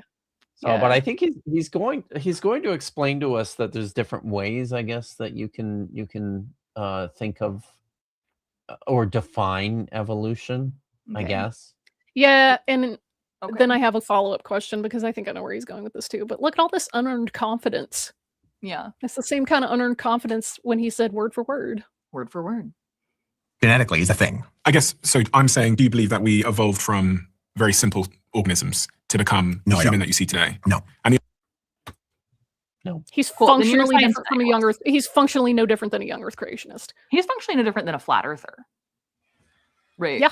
There is as much evidence for flat Earth as there is for whatever this bullshit is, and that is none. Yeah. Yeah. Okay. But see, here's the thing. His before understanding if of he goes science on, is flat earth level. he's gonna be like, yeah, no, I don't believe in descent by modification. He doesn't believe in like shared common ancestry. Okay, cool. So $99 DNA testing kits are just available widely. Some of them are on sale for $49, depending on what season you buy it in. When do those Paternity stop tests working? Are real. When does that Right. stop working? Because if you can determine paternity, if you Mhm. can determine like historic geographic distribution of populations, when does that stop working for like shared ancestry? Yeah. I think what he'll probably say is that, like, but God's hand had to have been in it, right? That's probably what he'll say. Magic. Yeah, which is magic, which has the benefit of being non-falsifiable. Yeah. Right. I mean, I can't prove that angels aren't pushing individual particles together in a way that's invisible to us and looks like gravity, but okay. okay. Just goodness. the argument for that would be, I share 98% of the same DNA as like a chimpanzee, Sure. and we have these fossil records which seem to show a progression over time. Yeah. You don't believe that's true? No, I don't. But at the exact same time, I think, there are individuals within the Christian faith, intelligent people who do and have no problem with understanding of a theistic evolutionary model. However, Theistic evolution is the view that God acts and creates through the laws of nature. It accepts the scientific explanation of evolution while believing that the process unfolds under divine guidance. The perspective is held by those who see science and faith as compatible. Okay. Yeah. Cool. So he's I think yep. in the effort of survival of the fittest, I still think that you're starting a few miles down the road in answering the question of the arrival of the fittest. How do No, that is So, almost the exactly a quote from Kent problem- Hovind, by the way. Wow. Almost Yikes. word for word. Ooh, that's Yeah. a bad look. I- Wes. Kent really Hovind is. used to be really big about saying, you've explained survival of the fittest, but you never explained arrival of the fittest. Incredible. So I guess he So- had those Kent Hovind VHS grew up on videos as Dr. part of his homeschool Rhino. curriculum then, eh? Mhm. Probably. Mhm. So And also, wow. yeah, evolution does actually explain the arrival. It's called a mutation. Mhm. When it gets passed on, that means it was fit to be And for passed on example, for some the survival. human population is large enough that every possible mutation to exist exists. I'm sure we could come up with a few Okay. ones if we really tried. So every possible mutation exists because the human now, or is it just it's always been like that? Like, help me understand that a little bit better. Okay, I might I'm getting out over my skis a little bit, so let me back up a bit.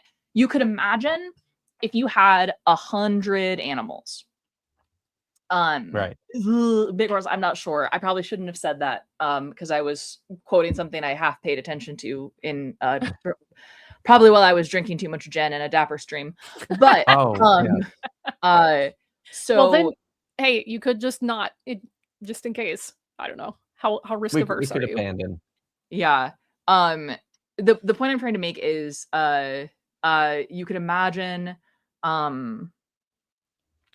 if you had 100 animals in your whole species and that was it, right? Yeah. Then not many mutations could exist, right? There couldn't be much genetic difference between them, right? The thing that I was trying to say, and this is to the best of my understanding, is that humans are as genetically diverse as possible. Well, not with that attitude. Not with that attitude, you're right. Okay, yeah, actually, I'm gonna back up. I'm way out over my skis here. Okay. And so ignore everything I just said. Kip, do you have the clip of Josh's rap? He has a Kent Hovind thing. No, I don't. Dang. Maya's got that. So but I do have this. In the interlude, I'm going to do a little beatboxing. All right, did you finish?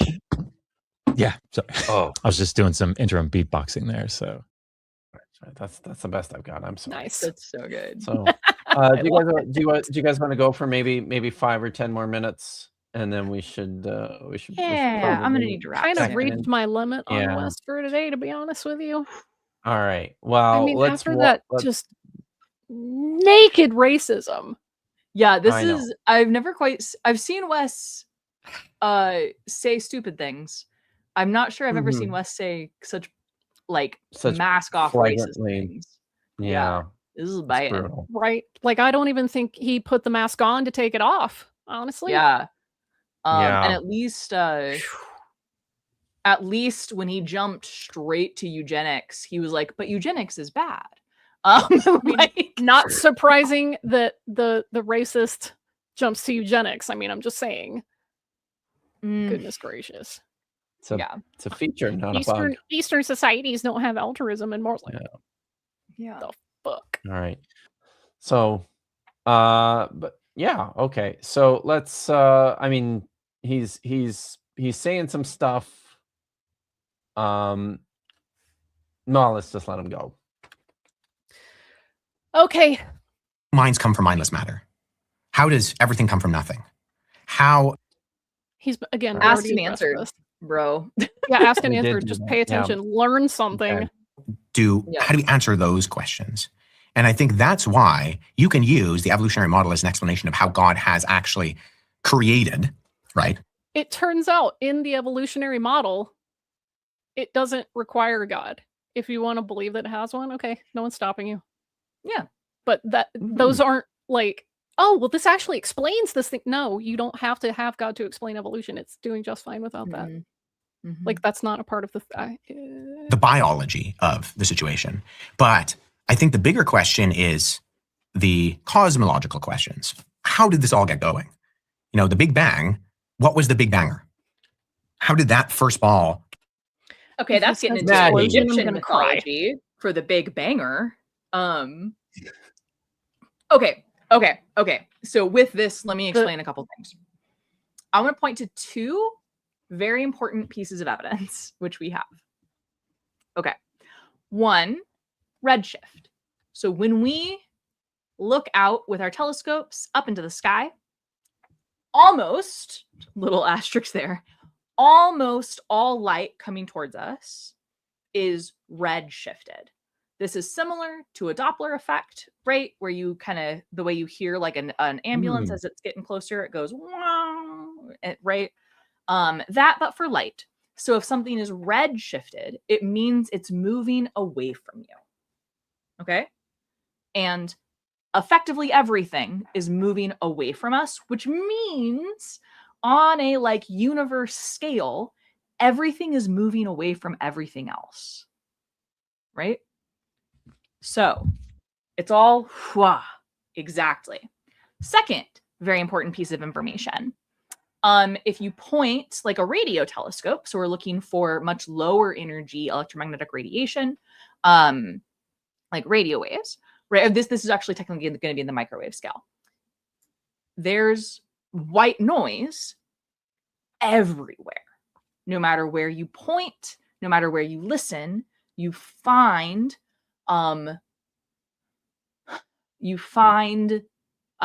this is cosmic background radiation, so millimeter wave radiation. So it's kind of like the same energy level everywhere in similar densities. It's not completely homogeneous. There's differences. NASA in the link I sent you, Kip, NASA's got a cool map of the cosmic background radiation. I think people can peruse that at their own. But let's take those two pieces of information, right? And what do they tell us? They tell us that if everything in the universe is moving away from everything else in the universe, then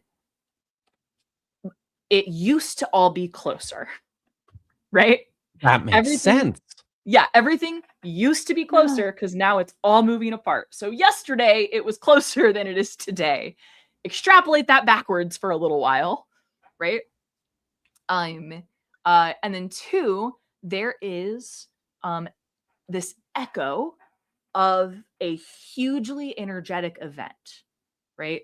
In this cosmic background radiation, right? Right? And this echo, right, is ubiquitous in the universe. It's everywhere, right? So this tells us, if we extrapolate these two pieces of information back in time, right, that there was when the universe was closer together, when everything in the universe was closer together, there was a hugely energetic event that occurred everywhere in the universe, right? Wow. Yeah. That's all the Big Bang Theory is, right? So it was together and then expanded. Like a blown up a balloon. Yep. And is continuing to expand. Now, that does not... God's blowing up the balloon. Duh. Yeah. So some people like to extrapolate in the earliest formations of the Big Bang Theory. This was extrapolated back to a singularity, right? That take all matter and energy in the universe and condense it to a single point. That is no longer believed, right? And to a large plot twist. What's up? So, plot twist. Yeah, plot twist. See, some of us don't know these things because once we're out of school, we don't take an active role in like updating ourselves. So yeah, a lot of us are like, wait, they updated the singularity thing? What happened? What's going on? Yeah. Spill so the tea. if you're interested in Kip, if you could drop it in the chat or in like a comment, I sent you a review paper of cosmology from 2011. And so by the way, if you want to get into like a scientific field, if you're interested in the current state, review papers are your way to go. And there are often journals that just publish review papers. So it tells you like, this is the current state of the field, and it references a million things to help you go back and learn more. And review papers tend to be more readable than other types of papers. All right. I have the Kent Hovind rap. Okay. You do. So while Kip is getting his links and things together, I will play it. Brace yourselves.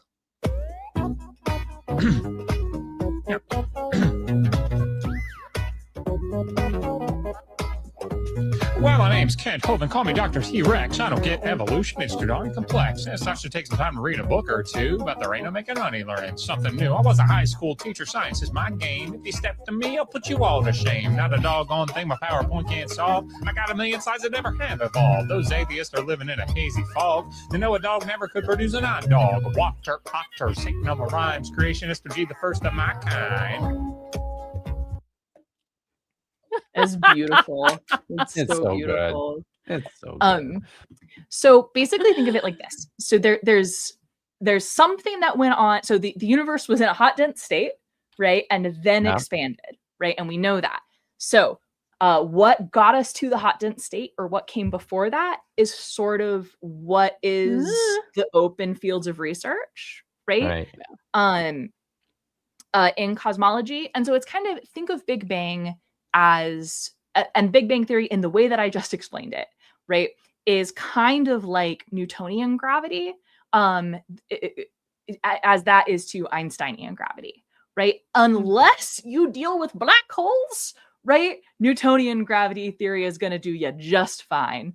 I've never needed Einstein gravity. That's the funny thing to me, is that Newton works fine as long as it's not super huge scales or tiny scales, which is where the quantum exactly. It's funny, but otherwise, Newton's great. Yeah. So Big Bang theory is kind of like that. It's kind of like the like, this works to explain like 99% of the universe. We're working on that last 1%. Wow. And so then, who was the Big Banger? Right? What a silly question. Right? Because was it the Egyptian god Mot? Yeah, the guy that always has the. First off, Wes, you got to run those. You got to run everything you want to say by a 12-year-old boy. Min. Sorry, it's just the Egyptian god Min. Yeah, you just try that. That's first. who the Big Banger is. Yeah. And so, like I said earlier, right, the way Wes is framing that shows that he's assuming there was a start to the universe in linear time, right? When we're talking about like the singularity or whatever it was began to expand. So. Yeah, that's to a large degree right now. That's as far back as we can look, right? And so past that point, it's really hard because we can't observe that, right? Light hasn't gotten here yet, literally. Yeah, it hasn't gotten here yet. We haven't figured out how to. There's also a problem of the atoms being so dense that light can't get through. Right? Oh, wow. Cool. And so basically the photons having a mean free path of basically 0. Okay. And so you need a certain size before light is able to escape and get to us to look at it. And so what's going on like before that expansion, really interesting, right? A whole field of physics on that. But it's not asking the question of, but what deity caused it? Right. And that's not entering into the question. Even if you decide a deity or perhaps a deities was responsible, then you have to decide which one. There's a lot. And so Wes is asserting a philosophical framework of things need a creator, right? Please don't do the kalam, please. Yeah. And so that's not a scientific hypothesis. Right. And so that's a very specific philosophical framework that he needs to justify, right? It's not on the scientists to like discover that, right? But no, like he needs to justify that that's an appropriate philosophical framework. Yeah. I kind of feel like what he's doing and what a lot of apologists who want to engage the sciences, what a lot of them do is they're using it towards a specific explanation. It's not the element. Wes has no interest in the Big Bang or in the origins of the universe or in speciation or the process. No interest at all. It's just in service of God or the book, the Bible. It's all being marshaled to provide explanation. I hesitate to say explanation, but you get what I mean. It's being used to this other end, and that's really. It's I think it comes back to that deep disdain for faith, right? Yes, because it's trying to say that, look, you don't have to believe your religion on faith. Science can prove it to you. So you actually don't need faith. Faith is silly and dumb, actually. Because we have, so they want to leverage that like certainty of we have science on our side, right? Yeah. Which is strange to me, because so like they want certainty, right? Which is antithetical to faith, right? And so that is what again, me as a person of faith, that is what fundamentally confuses me about apologists, right? Yeah, that's another thing I will say, because you asked earlier that one of the most stark differences between Judaism as a system and Christianity is this comfort around certainty. We're very not comfortable with certainty. As soon as someone makes a definite proclamation, we're like, hang on, can you define your terms? Can you talk about like your process? Like, show your work, you know? So I feel like my autistic brain would like that a lot. Listen, if you don't think the entire Talmud is composed by and for neurodivergence, if you've never read it, I'm just saying. Yeah. Like hyperfixating on arguments and going on and on and on word definitions and like specific use case. I'm just saying. Yeah. However, Christianity, like evangelical specifically, but to a degree, some of the other forms are like uncertainty is just not okay. Right. But I think a lot about the evangelicals, because that's who I have the most experience with. They're like, you can be certain where your soul is going. You can be certain about your life. Uncertainty is just not okay. It terrifies them. So anything that they can't explain, it's God, it's the supernatural, it's angels, it's demons, it's blah, blah, blah. It's like sometimes saying I don't know is fine. Yeah, because that's the correct answer.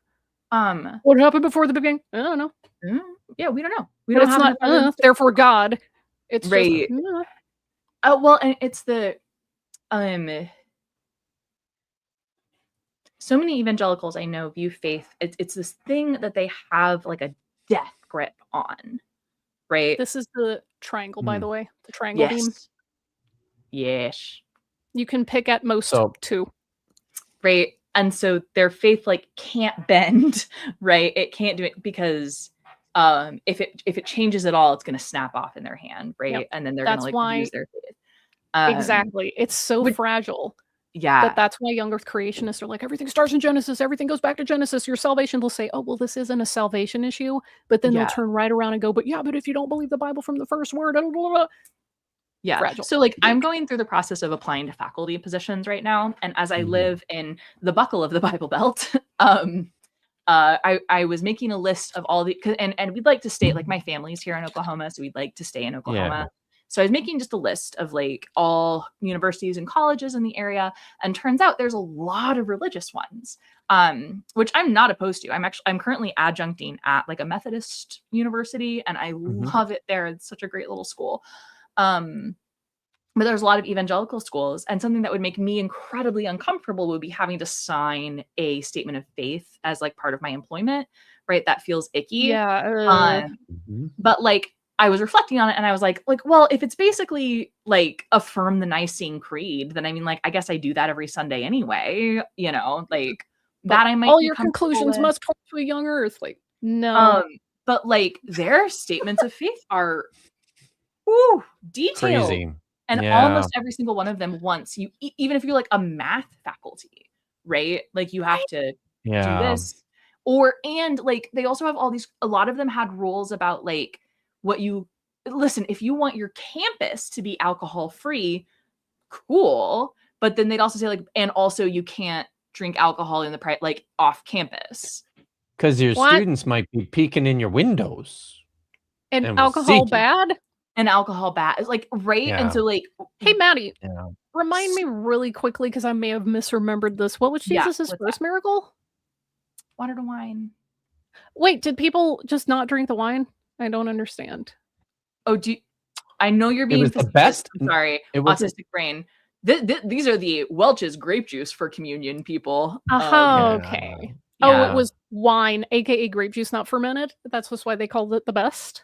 Oh, no. Okay, this is their explanation. Because back in the day, water was often dirty and unsafe to drink. So you needed to drink alcohol because that was the distillation process killed the bacteria, and that's why it was safe then, but it's not now. Yeah. It's not allowed now. Also, they say the alcohol content was much lower too. Much lower. So you're what's the name of the channel? I'd like to point out though that I mean, Jesus the justification machine is intense. He didn't just turn water into wine. He turned water into like French wine. Like it was the best wine. It was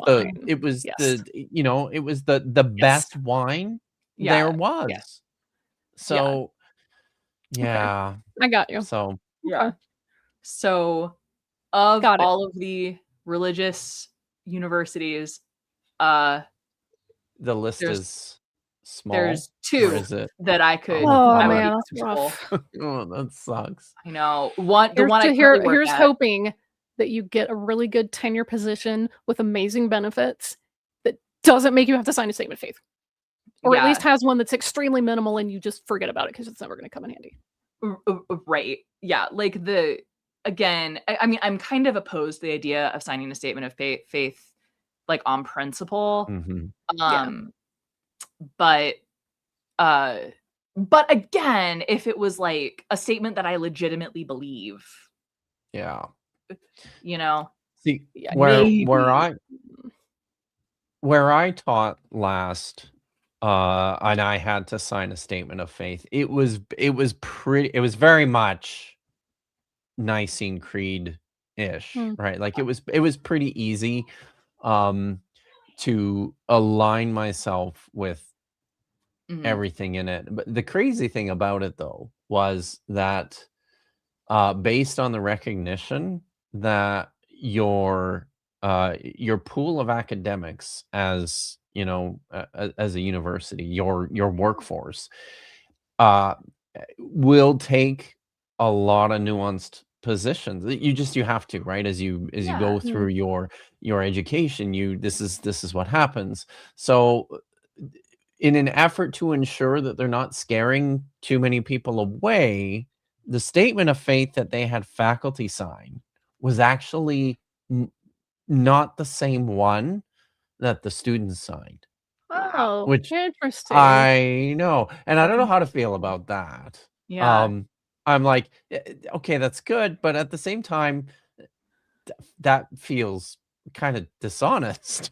Yeah, it's actually dishonest. Well, and then also like, how do you have a university where someone is here to teach and you have a class on like comparative religions,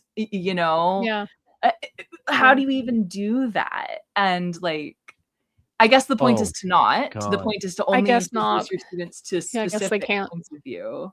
Do y'all want to ramp this? Yeah. Because I really don't think I want to go back to Wes. I can't go back to Wes. No, we're done. We're done with Wes. Okay, we good. should probably shut good. it down. Yeah. So, Maddie, thank you so much for coming and hanging out. Thanks for letting me kind of hijack your stream and make fun of Wes with you for an afternoon. You taught us great. I had a great time. Yay! And I've learned several things, which is awesome. Yeah. So learning stuff. Do you want to take a few minutes to plug yourself, your work, whatever you want, things that are coming up for you? Guys, I really want Science Side Up to come back. That might have to wait until I have a full-time job. Yeah. Understandable. And until kindergarten. Yeah, maybe until kindergarten for the tiny one. I'm just gonna say that it's a time in academia in these United States. Yeah. It's also it certainly is a time in atmospheric science. God, yeah, right. I really don't want my field to exist, except they don't want to die from tornadoes, and so they're trying to figure out how to have one without the other. It's the guy with the buttons meme and he's sweating. Yeah. It's really hard, actually. Yeah. And so it's a thing. Hey, so if you are at a university and you're hiring a physical applied mathematician, let me know. But She's I'll- right Job here, guys. recommendation yeah, I'm along. right here. I'm great. I'm so great. Your I'll be on CV's ready to go. Dapper soon. I'm usually there every third Tuesday for Matt with Maddie, so that'll probably be my next thing. Except You Star can Trek listen comes back, to I think in a week. So Maddie, find me on Top Russian Hat Talk. ordained Essene. Yeah, I am ordained now in the Church of Gnome. I don't even know what that is. It's a thing on the internet that you can pay $20 and become ordained, Sweet. so you can do your sister's wedding. Hey, all right. Perfect. I have a cool. hat. So, yay! Yeah, she And didn't then- let and me then wear we'll it when I was doing the No. ceremony, though. Oh, that's Mm. unfortunate. But Yeah. I think we are going to be back next week on on Friday on Top Hats Off Okay. for episode 1 Yay, of for games. season 3. I think Star Trek Endurance. I think that's Yeah. the plan. Okay. Assuming all the things get fixed. So that's cool. Yeah, assuming you have the computer. Yeah. Oh, that's right. His computer's in the Computer's shop. in the So, but stay tuned, folks. We'll be back eventually. You can count on it. So, yeah, for us, Vish and I are going to be on Dapper's channel tomorrow with Chesh and Dapper, and I don't even know what we're doing because his computer is broken. Neither do I. So, but we're doing something. We'll be We'll surprised. just find out. It'll be fun. And then tomorrow night is Budget Scripture Saturday with Nitty and Dr. Tapioca Weasel, who is a trench coat astrophysicist. Weasels. That's right. So That's yes. And that's a fun show. That's at 7 o'clock Pacific tomorrow. The usual stuff next week. Thursday is Kitty Anti-Breed, and I haven't lined anybody up for that yet. But I did want to say next week on Friday, because we screamed a little bit about it at the beginning of the stream. We're actually going to be doing a flat Earth thing. Damn it. I know. Damn it. you, And I'm Pip. trying to say the MC Toon might be able to join us. But he has Didn't y'all already gotten talk about himself this? into this. Well, he did this. He went and talked to a native Israeli modern Hebrew speaker to Oh, set that's him right. Round straight. Digger. Nuriel. Yes, round Yeah. thinker about how to properly understand the ancient text of the Bible that this poor Israeli guy clearly doesn't. So, Y'all, Poog but we means need to circle. talk about It does that. not mean a sphere. We Period. need The to end. we need to talk about that. So that's what we'll do next week on Friday. But that's everything. So yeah, All right. thanks. I think did we catch? Yeah, we got them all. Oh no, there's one more here from Triclam 10. Yes. Haktikva. Hatikva. Haktikva. Everyone, Yeah. next week more Yeah. of this shit. You know it. So be good, stay safe, and as excellent to each always, other. Yeah. I'm finding it. It's here somewhere. God, He's I lost it. coded, y'all. I am so much so. You know it. Okay, I got it. Hot take fall, everyone.